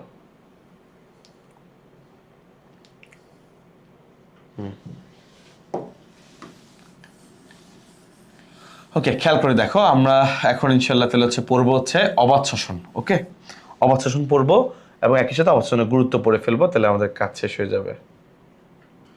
এই অবাত শোষণে তোমাকে বলছিলাম যে নর্মালি ফার্স্টের ধাপটা কমন, যে গ্লাইকোলাইসিস হয়, ঠিক আছে, ফাইন, গ্লাইকোলাইসিস হয় এবং গ্লাইকোলাইসিসের ফলে পরবর্তীতে পাইরুভিক অ্যাসিড তৈরি হয়, পাইরুভিক অ্যাসিড তৈরি হয় এবং এই পাইরুভিক অ্যাসিডের অসম্পূর্ণ জারণ হয়, পাইরুভিক অ্যাসিডের অসম্পূর্ণ জারণ হয়। পাইরুভিক অ্যাসিডের অসম্পূর্ণ জারণের ফলে আমাদের অবাত শোষণটা শেষ হবে। অসম্পূর্ণ জারণ কেন হয়, কারণ এখানে মাইটোকন্ড্রিয়া নাই। যেমন ধরো যে কিছু ব্যাকটেরিয়া, ইস্ট, এসব জায়গায় খুবই নিম্ন শ্রেণীর, মানে নিম্ন অবস্থা, যে ওই ব্যাকটেরিয়া, ইস্ট, সহজ কথা যেসব মানে আদি কোষ টাইপের যেগুলো আছে এগুলোর মধ্যে হয়, আর যেসব জায়গায় মাইটোকন্ড্রিয়া হয় নাই, অবস্থা খুবই খারাপ ওসব আর কি।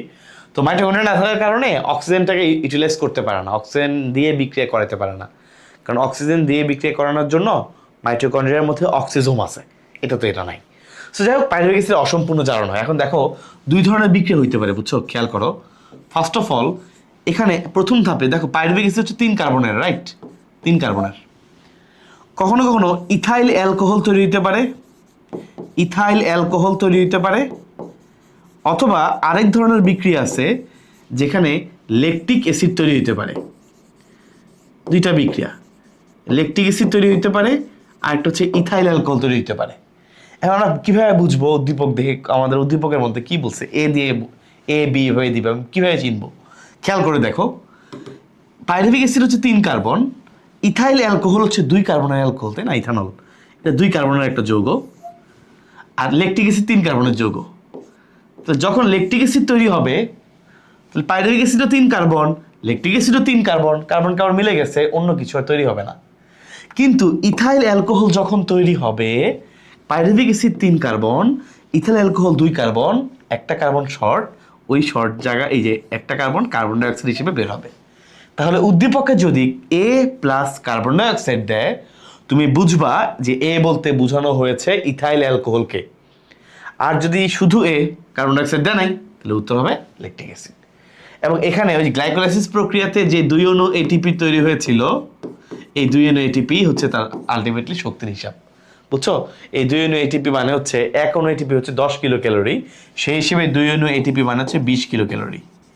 এই অল্প পরিমাণ শক্তি এখানে তৈরি হয়, কিছু করার নাই, মাইটোকন্ড্রিয়া তো নাই।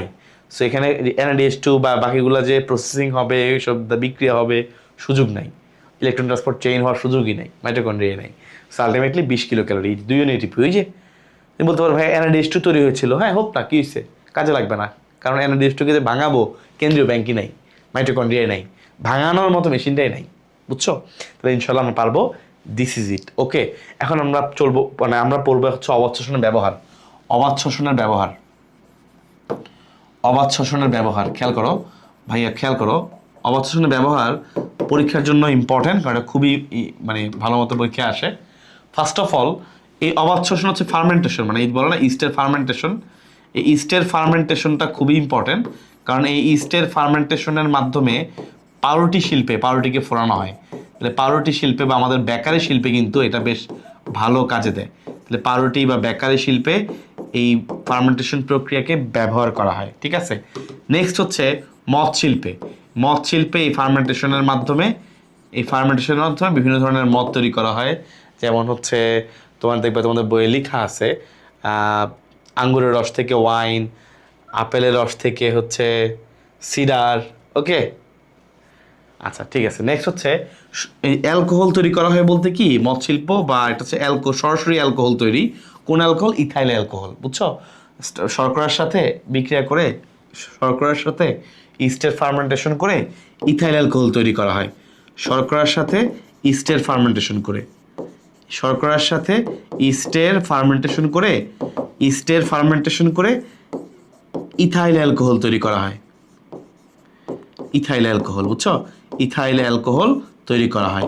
নেক্সট খেয়াল করে দেখো, দুধ শিল্পে বা দুগ্ধ শিল্পে এই দুধের মধ্যে বিভিন্ন ব্যাকটেরিয়া দেওয়া হয়। যেমন ধরো ল্যাক্টোবেসিলাস, ল্যাক্টো মানে দুধের শর্করা, এই ধরনের ব্যাকটেরিয়াগুলো দুধের মধ্যে ফার্মেন্টেশন করে দুধ থেকে দই তৈরি করে।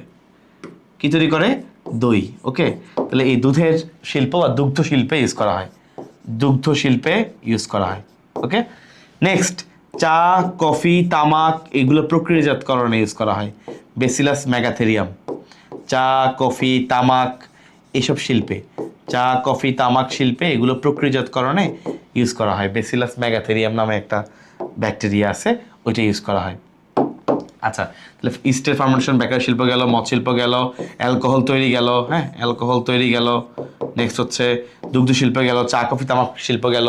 এরপর হচ্ছে আরও কিছু আছে, আয়ুর্বেদিক শিল্প, মাছ মাংসের এখানে, হ্যাঁ মাছ মাংস তৈরিতে বিভিন্ন কৃত্রিমভাবে তৈরি করা হয়। ভিটামিন তৈরিতে, ভিটামিনটা একটু খেয়াল রাখতে পারো, এটা খুব important. Vitamin B1, vitamin B2 এগুলো তৈরি করা হয়, বুঝছো? ভিটামিন B1, ভিটামিন B2 এই সকল ভিটামিন তৈরি করা হয়, এটাও খুব ভালো একটা রোল প্লে করে। তাহলে ভিটামিন B1, ভিটামিন B2 ইত্যাদি নানা ধরনের ভিটামিন তৈরি করে। হ্যাঁ, মোটামুটি অলরেডি অনেকগুলো পয়েন্ট হয়ে গেছে, তুমি চাইলে আরও পয়েন্ট লিখতে পারো। বিভিন্ন জাপান টাপান এগুলোতে বিভিন্ন স্পেশাল আইটেমের মাছের বিভিন্ন ডিশ থাকে, তোমরা জানো। সো মাছ মাংস শিল্প ইউজ করা হয়, মাছ মাংস শিল্পে ইউজ করা হয়, ঠিক আছে? আমার মনে হয় অলরেডি আলহামদুলিল্লাহ আমরা অনেকগুলো পয়েন্ট লিখছি, ইনশাল্লাহ আমরা পারবো। কারণ একদম কিছু পয়েন্ট যদি মুখস্থ না করে যাও পরীক্ষাটা লিখতে পারবে না, এটা হয়, তোমার একা হয় না, সব অনেকের ক্ষেত্রে হয়। তখন দেখবো খালি পাউরুটি কথা মনে আছে, আর কিছু মনে নেই, ঠিক আছে? তো এই জন্য এটা একটু খেয়াল রাখতে হবে। আচ্ছা, ভিনেগার উৎপাদন, আচ্ছা কোমল পানীয়, একটা ভিনেগার উৎপাদন, ভিনেগার অ্যাসিটিক অ্যাসিড, ভিনেগার উৎপাদন। আর এটা হচ্ছে কোমল পানি, যে সাইট্রিক অ্যাসিড, এটাও তৈরি করা হয় অবাধ শোষণের মাধ্যমে। কোমল পানীয়, আমরা ড্রিঙ্কস খাই যে বিভিন্ন, এই যে বিভিন্ন ড্রিঙ্কসের কোমল পানীয়তে যে সাইট্রিক অ্যাসিড ইউজ করা হয়, এই সাইট্রিক অ্যাসিড কিন্তু আলটিমেটলি এই অবাধ শোষণের মাধ্যমেই তৈরি করা হয়। তাহলে আলহামদুলিল্লাহ এখানে আমাদের 9টা পয়েন্ট গেল, আমরা আশা করি সবাই ইনশাল্লাহ পারবো, ঠিক আছে? তাহলে আমাদের অবাধ শোষণের ব্যবহার আলহামদুলিল্লাহ ডান। তাহলে অবাধ শোষণের ব্যবহার আলহামদুলিল্লাহ ডান, আশা করি সবাই পারবো। তাহলে শোষণের যা যা আছে আলহামদুলিল্লাহ আমরা শেষ করলাম। ওকে, এখন দেখো, যদি পরীক্ষায় সালোক সংশ্লেষণ এবং শোষণের পার্থক্য আসে, তুমি মানে এটা যদি না পারো, বলার কিছু নেই, সব A to Z পড়ানো শেষ, এবার তুমি চিন্তা ভাবনা উত্তর করবা। খেয়াল করো, সালোক সংশ্লেষণ কোথায় হয় বলো? সালোক সংশ্লেষণ কোথায় হয়? সালোকের আর শোষণের পার্থক্য খেয়াল করো। সালোক সংশ্লেষণ কোথায় হয়? ক্লোরোপ্লাস্টে হয়। আর শ্বসন কোথায় হয়? শ্বসন হচ্ছে সাইটোপ্লাজম এবং মাইটোকন্ড্রিয়াতে হয়, তাই না? আচ্ছা নেক্সট নেক্সট, তাহলে ফার্স্ট হচ্ছে প্লেস, কোথায় হয়? ফার্স্ট হচ্ছে প্লেস, কোথায় হয়? এটা হচ্ছে ক্লোরোপ্লাস্টে হয়, এটা মাইটোকন্ড্রিয়া এবং সাইটোপ্লাজমের মধ্যে হয়। সালোক সংশ্লেষণে কি হয় বলো? সালোক সংশ্লেষণে খাদ্য তৈরি হয়, খাদ্য তৈরি হয়, তাই না? শর্করা তৈরি হয়। আর এখানে হচ্ছে শক্তি তৈরি হয়, শক্তি তৈরি হয়, তাই না? সালোক সংশ্লেষণে অক্সিজেন উৎপন্ন হয়, আমরা জানি অক্সিজেন উৎপন্ন হয়। আর এখানে অক্সিজেন কাজে লাগে, এখানে অক্সিজেন ইউজ হয়, অক্সিজেনকে কাজে লাগিয়ে বিক্রিয়াটা করানো হয়, ঠিক কি না? আচ্ছা নেক্সট হচ্ছে সালোক সংশ্লেষণে আলোর প্রত্যক্ষ প্রয়োজন, আলোর প্রয়োজনীয়তা আছে, কারণ আলোক নির্ভর পর্যায় বলে একটা পর্যায়ে আছে। আর এখানে এগুলোর কোনো কাজ নাই। ওকে, এরপরে ধরো অলরেডি অনেকগুলো পার্থক্য হয়েছে, আরও কিছু পার্থক্য তুমি এই যে ফটো রেসপিরেশনের সম্পর্ক আছে, ফটো রেসপিরেশনের সম্পর্ক নাই, যদিও ঘুরে ফিরে কাহিনী মোটামুটি কাছাকাছি হয়ে গেছে আসলে, আর এর চেয়ে বেশি লাগে না, বুঝছো? এর চেয়ে বেশি লাগে না, এর চেয়ে বেশি তোমাদের বইয়ের মধ্যেও তেমন একটা আলোচনা নাই, তো এটা ইনশাল্লাহ পারবা। আর লাস্টে তুমি মেনলি এই পয়েন্টগুলোর পাশাপাশি এবার তুমি টুকটাক করে যে রুবিস্কি এনজাইম আনতে পারো, যেখানে রুবিস্কি এনজাইম এখানে রুবিক C3 চক্রে রুবিস্কি এনজাইম লাগে, বা একাধিক মেসোফিল কোষ বার্নাসিড কোষ, দুই ধরনের কোষ হইতে পারে, এই হইতে পারে সে হইতে পারে, এগুলো এনে হয় না, এগুলো লিখতে পারো। এরপরে এই যে অবাধ শোষণের মাধ্যমে পাউরুটি, এই যে ফার্মেন্টেশন প্রক্রিয়াতে এই পাউরুটি শিল্পে কাজে লাগানো হয়, এসব লাগানো হয় না, মানে পয়েন্ট শেষ করা যাবে না ভাই, যা যা পয়েন্ট লিখছো না শোষণের, অবশোষণের গুরুত্ব, সবশোষণের গুরুত্ব, ওগুলো এনে যাবে এখানে, এগুলো বাদ যাবে, ঠিক আছে? সালোক সংশ্লেষণ সবচেয়ে ভালো হয়, মনে রাখবা, শালক, শালক লতে লাল, লাল আলোতে সালোক সংশ্লেষণ সবচেয়ে ভালো হয়। শ্বসন ভালো হয়, কোনো ফিক্সড কোনো আলো নাই, আলোর সম্পর্ক নাই। কিন্তু আরেকটা টপিক আছে, আমরা এটা পড়বো, এটা পড়লে ছিল আমাদের ক্লাস শেষ, সেটা হচ্ছে প্রশোধন। প্রশোধন পড়লে ছিল আমাদের মোটামুটি শেষ হয়ে যাবে। প্রশোধন হচ্ছে আমাদের আজকে লাস্ট টপিক। এই প্রশোধনের আধুনিক মতবাদটা আমরা ইনশাল্লাহ পড়বো। খেয়াল করে দেখো, প্রশোধন এটা সবচেয়ে ভালো হয় নীল আলোতে। প্রশোধন মানে তোমরা সবাই জানো, প্রশোধন মানে হচ্ছে সহজ কথায় নীল আলোতে এটা ভালো হয়, মনে রাখবা, হ্যাঁ, এমসিকিউর জন্য ইম্পর্টেন্ট। অতিরিক্ত পানি বাষ্প আকারে যে বের করে দেয়, ওকে, অতিরিক্ত পানি উদ্ভিদ বাষ্প আকারে তার পত্ররন্ধ্র দিয়ে বের করে দেয়, পত্ররন্ধ্র দিয়ে বের করে দেয়, এটাকে বলা হয় প্রশোধন। ওকে, আচ্ছা খেয়াল করে দেখো ভাইয়া, ফার্স্ট অফ অল খেয়াল করে দেখো, ধরো এই হচ্ছে পত্ররন্ধ্র, এই হচ্ছে পাতার ছিদ্র, এই পত্ররন্ধ্রকে ঘিরে দুটা কোষ থাকে, আমরা জানি এই কোষগুলোকে বলি আমরা রক্ষী কোষ। এবং মনে রাখবা, একমাত্র রক্ষী কোষই কিন্তু খাদ্য তৈরি করে, কারণ এদের মধ্যে ক্লোরোপ্লাস্ট থাকে। ওকে, আচ্ছা নেক্সট খেয়াল করে দেখো, এই রক্ষী কোষকে ঘিরে চারপাশে যে কোষগুলো থাকে আমরা এদেরকে বলি সহকারী কোষ। আমরা এদেরকে কি বলি? সহকারী কোষ। এগুলো আসলে জাস্ট সহকারী সাপ্লায়ার হিসেবে, হেল্পার হিসেবে থাকে, আর আমারই কাজে নাই। এখন রক্ষী কোষের বেলায় মনে রাখবা, দেখো আমি আলাদা করে তোমাকে মার্ক করে দিচ্ছি, এই ভিতরের দিকে যে প্রাচীরটা, এখানে মাইক্রোফাইব্রিল থাকে, তন্তু থাকে। এই তন্তু থাকার কারণে ভিতরের প্রাচীরটা অনেক বেশি পুরু হয়, ভিতরের প্রাচীরটা অনেক বেশি পুরু বা অনেক বেশি মোটা হয়, মনে রাখবা। তাহলে তন্তু থাকার কারণে ভিতরের প্রাচীরটা অনেক বেশি পুরু, অনেক বেশি মোটা হয়। ওকে, আচ্ছা এখন দেখো, কোনো কারণে যদি মনে করো ভিতরের অংশটা, এই কোষটা ফুলার জন্য চেষ্টা করে, এই কোষটা যদি চায়, এই কোষটা যদি বড় হইতে চায়, এই কোষটা যদি সাইজে বড় হইতে চায়, সে এই পিঙ্ক কালারের যে দিকটা আছে, এই দিক বরাবর কি বড় হইতে পারবে? পারবে না, কারণ এই বরাবরটা মোটা, শক্ত। শক্ত জিনিসটা ধাক্কা মোটা করা কিন্তু ইজি না, বড় করা ইজি না, তাই না? ভারী জিনিসটা সরানো কঠিন। যেহেতু ভারী জিনিসটা সরানো কঠিন, এই জন্য সে এই বরাবর ঠেলবে, এই বরাবর ধাক্কাবে, তাহলে ফুলবে কোন দিকে? এই বরাবর। আবার এই কোষটা ফুলবে কোন দিকে? এই বরাবর, কারণ ভারী পাশে, মোটা পাশে ফুলাটা কঠিন, মোটা পাশে ধাক্কা দেওয়াটা কঠিন। ওকে, তাহলে ফুলবে হচ্ছে এই জন্য এই বরাবর, এই জন্য এই বরাবর, ঠিক আছে? আচ্ছা তাহলে খেয়াল করে দেখো এবার, এটা যদি ইনশাল্লাহ মনে থাকে তাহলে ইজিলি মনে থাকবে। আমি এবার এটা একটু ছবিতে দেখাই দিই। এই যে এটা বড় হবে এই বরাবর, এই কোষটা ফুলবে এই বরাবর। ওকে, আবার সংকুচিত হইলে এমনি চেপে যাবে। আচ্ছা তাহলে এবার খেয়াল করো, তাহলে এটা হচ্ছে আধুনিক মতবাদ, আমরা এখন পড়বো আধুনিক মতবাদ। যে প্রশোধনে আধুনিক মতবাদটা কি? আধুনিক মতবাদ হচ্ছে, মনে রাখবা, পটাশিয়ামের সাথে সংশ্লিষ্ট, পটাশিয়ামের সাথে সংশ্লিষ্ট। কিরকম দেখো, খেয়াল করে দেখো, ধরো পটাশিয়াম ভিতরে প্রবেশ করে কোনো কারণে, কারণগুলো আমরা পড়বো একটু পরে, আগে খেয়াল করো, উপরে 2 লাইন খালি রাখবা। ধরো পটাশিয়াম ভিতরে প্রবেশ করে, কার ভিতরে? রক্ষী কোষের ভিতরে। ধরো পটাশিয়াম ভিতরে প্রবেশ করেছে, কার ভিতরে? ধরো পটাশিয়াম রক্ষী কোষের ভিতরে প্রবেশ করে, কেন প্রবেশ করবে? এটা তো নিশ্চয়ই কারণ আছে। এটা হচ্ছে নির্দিষ্ট কিছু কারণ আছে, যেটা কারণে আমি বলবো। এই নির্দিষ্ট দুইটা কারণে পটাশিয়াম ভিতরে প্রবেশ করলো। পটাশিয়াম ভিতরে প্রবেশ করবে যখন, খেয়াল করে দেখো, আসলে মানে পটাশিয়াম তো নিজে নিজে প্রবেশ করতে পারবে না। দুইটা কারণ আছে। কারণের এই যে কিছু রিসেপ্টর, পটাশিয়ামকে ভিতরে ঢুকানোর জন্য কিছু রিসেপ্টর এরা উদ্দীপিত হয়। কিছু রিসেপ্টর উদ্দীপিত হয়। এই রিসেপ্টরগুলো যখন উদ্দীপিত হয় তখন পটাশিয়াম ভিতরে প্রবেশ করবে। নিচের দিকে লিখি।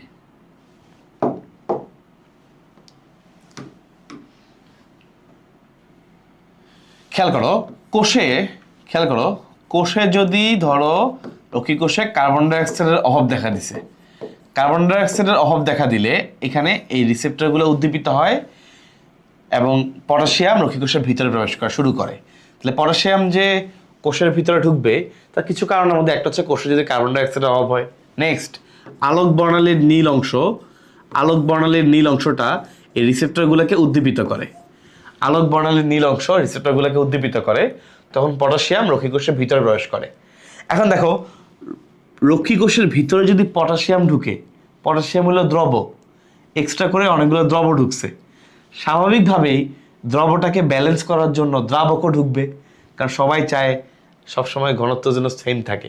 তাহলে ধরো আমার এখানে একটা কোষ, বাইরে থেকে পটাশিয়াম ঢুকছে 5টা, তাহলে পটাশিয়াম 5টাকে দ্রবীভূত করার জন্য বাইরে থেকে 5 অণু পানিও ঢুকবে। ওকে, তাহলে পটাশিয়াম ভিতরে প্রবেশ করা মানে ভিতরে পানিও ঢুকবে, H2O প্রবেশ করবে।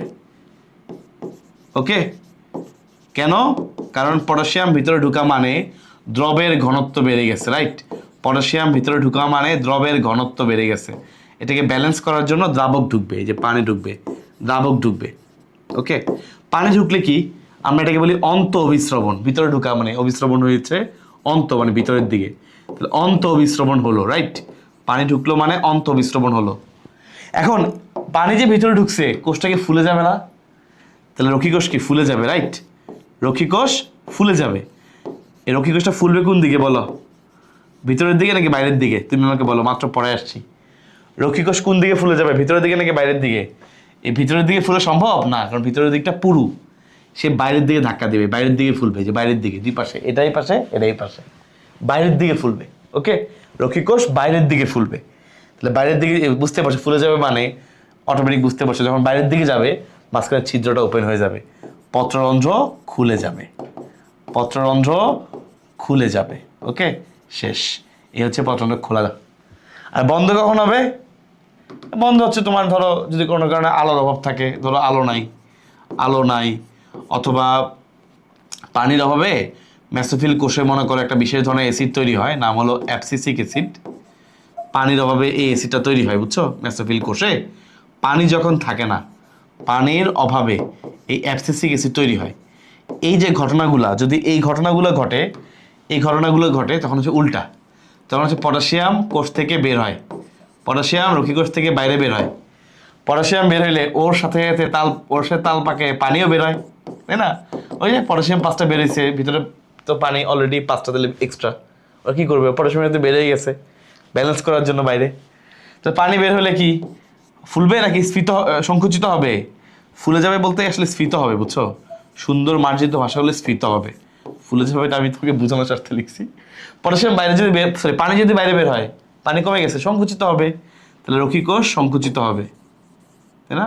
তাহলে রক্ষী কোষগুলো এখন সংকুচিত হবে, পানি হারায় এগুলো চিপে যাবে, একদম ওই যে চাপলে এই একদম চিপে গেছে, শুকায় গেছে, সংকুচিত হবে। তখন পত্ররন্ধ্র কাছাকাছি এই যে এসে দুইটা কোষ রক্ষী কোষ কাছাকাছি চিপে চিপে সামনে চলে আসলো, কাছাকাছি চলে আসলো, ফলে পত্ররন্ধ্র বন্ধ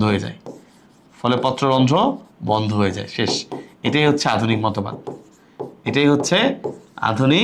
মতবাদ, তাহলে আলহামদুলিল্লাহ আমাদের এটাও শেষ। প্রশ্নোত্তরের আধুনিক মতবাদটাও আমাদের একটা গুরুত্বপূর্ণ সাজেশনের অংশ। আশা করি ইনশাল্লাহ সবাই পারবো এবং এটা পারাটাও খুব জরুরি। তাহলে আমরা পড়লাম প্রশ্নোত্তরের আধুনিক মতবাদ। হ্যাঁ, প্রশ্নোত্তরের আধুনিক মতবাদ এটাও আমাদের সাজেশনের অংশ, কারণ কিছু কিছু জায়গায় এটা আসছে, খুব বেশি আসছে এমন না, বাট আধুনিক মতবাদটা ইনশাল্লাহ দেখবো। আর প্রত্যেকটা জিনিসে আমরা ওই যে বিভিন্ন নিয়ামকগুলো পাতা বাড়লে কমলে কি হয়, বই থেকে রিডিং দিব, কারণ এমসিকিউর জন্য যেরকম ইম্পর্টেন্ট, টুকটাক কিছু কিছু জায়গায় হচ্ছে এটা খুব বেশি ইম্পর্টেন্ট এমন না, বাট কিছু কিছু জায়গায় আসে। মানে এগুলো এত সহজ, এই যে পাতা বাড়লে এরা বাড়বে, কমলে কমবে, এইসব জিনিস একবার যদি তোমার বই থেকে রিডিং পড়া থাকে বিভিন্ন প্রভাবকগুলা, তাহলে তখন ইনশাল্লাহ ইজিলি তুমি যে কোনোটাই পরীক্ষা অ্যান্সার করতে পারবা। এই জন্য এটা এমসিকিউর জন্য হলেও তুমি একবার রিডিং দিবা, এটা তোমার সিকিউরতেও কাজে লাগবে একদম বিপদের মুহূর্তে যদি ইনকেস ওটা চলে আসে। তো আমাদের আলহামদুলিল্লাহ এই পুরো অধ্যায়ের একদম গোছানো ওয়ান শটটা আলহামদুলিল্লাহ আজকে আবার শেষ হলো। আশা করছি ইনশাল্লাহ তোমাদের এই ক্লাসটি কাজে লাগবে। হামিম ভাইয়ের পক্ষ থেকে তোমার জন্য অনেক অনেক শুভকামনা। সবাই অনেক ভালো থাকো, অনেক অনেক সুস্থ থাকো, ভালো মতো পড়াশোনা করো। আল্লাহ হাফিজ, আসসালামু আলাইকুম।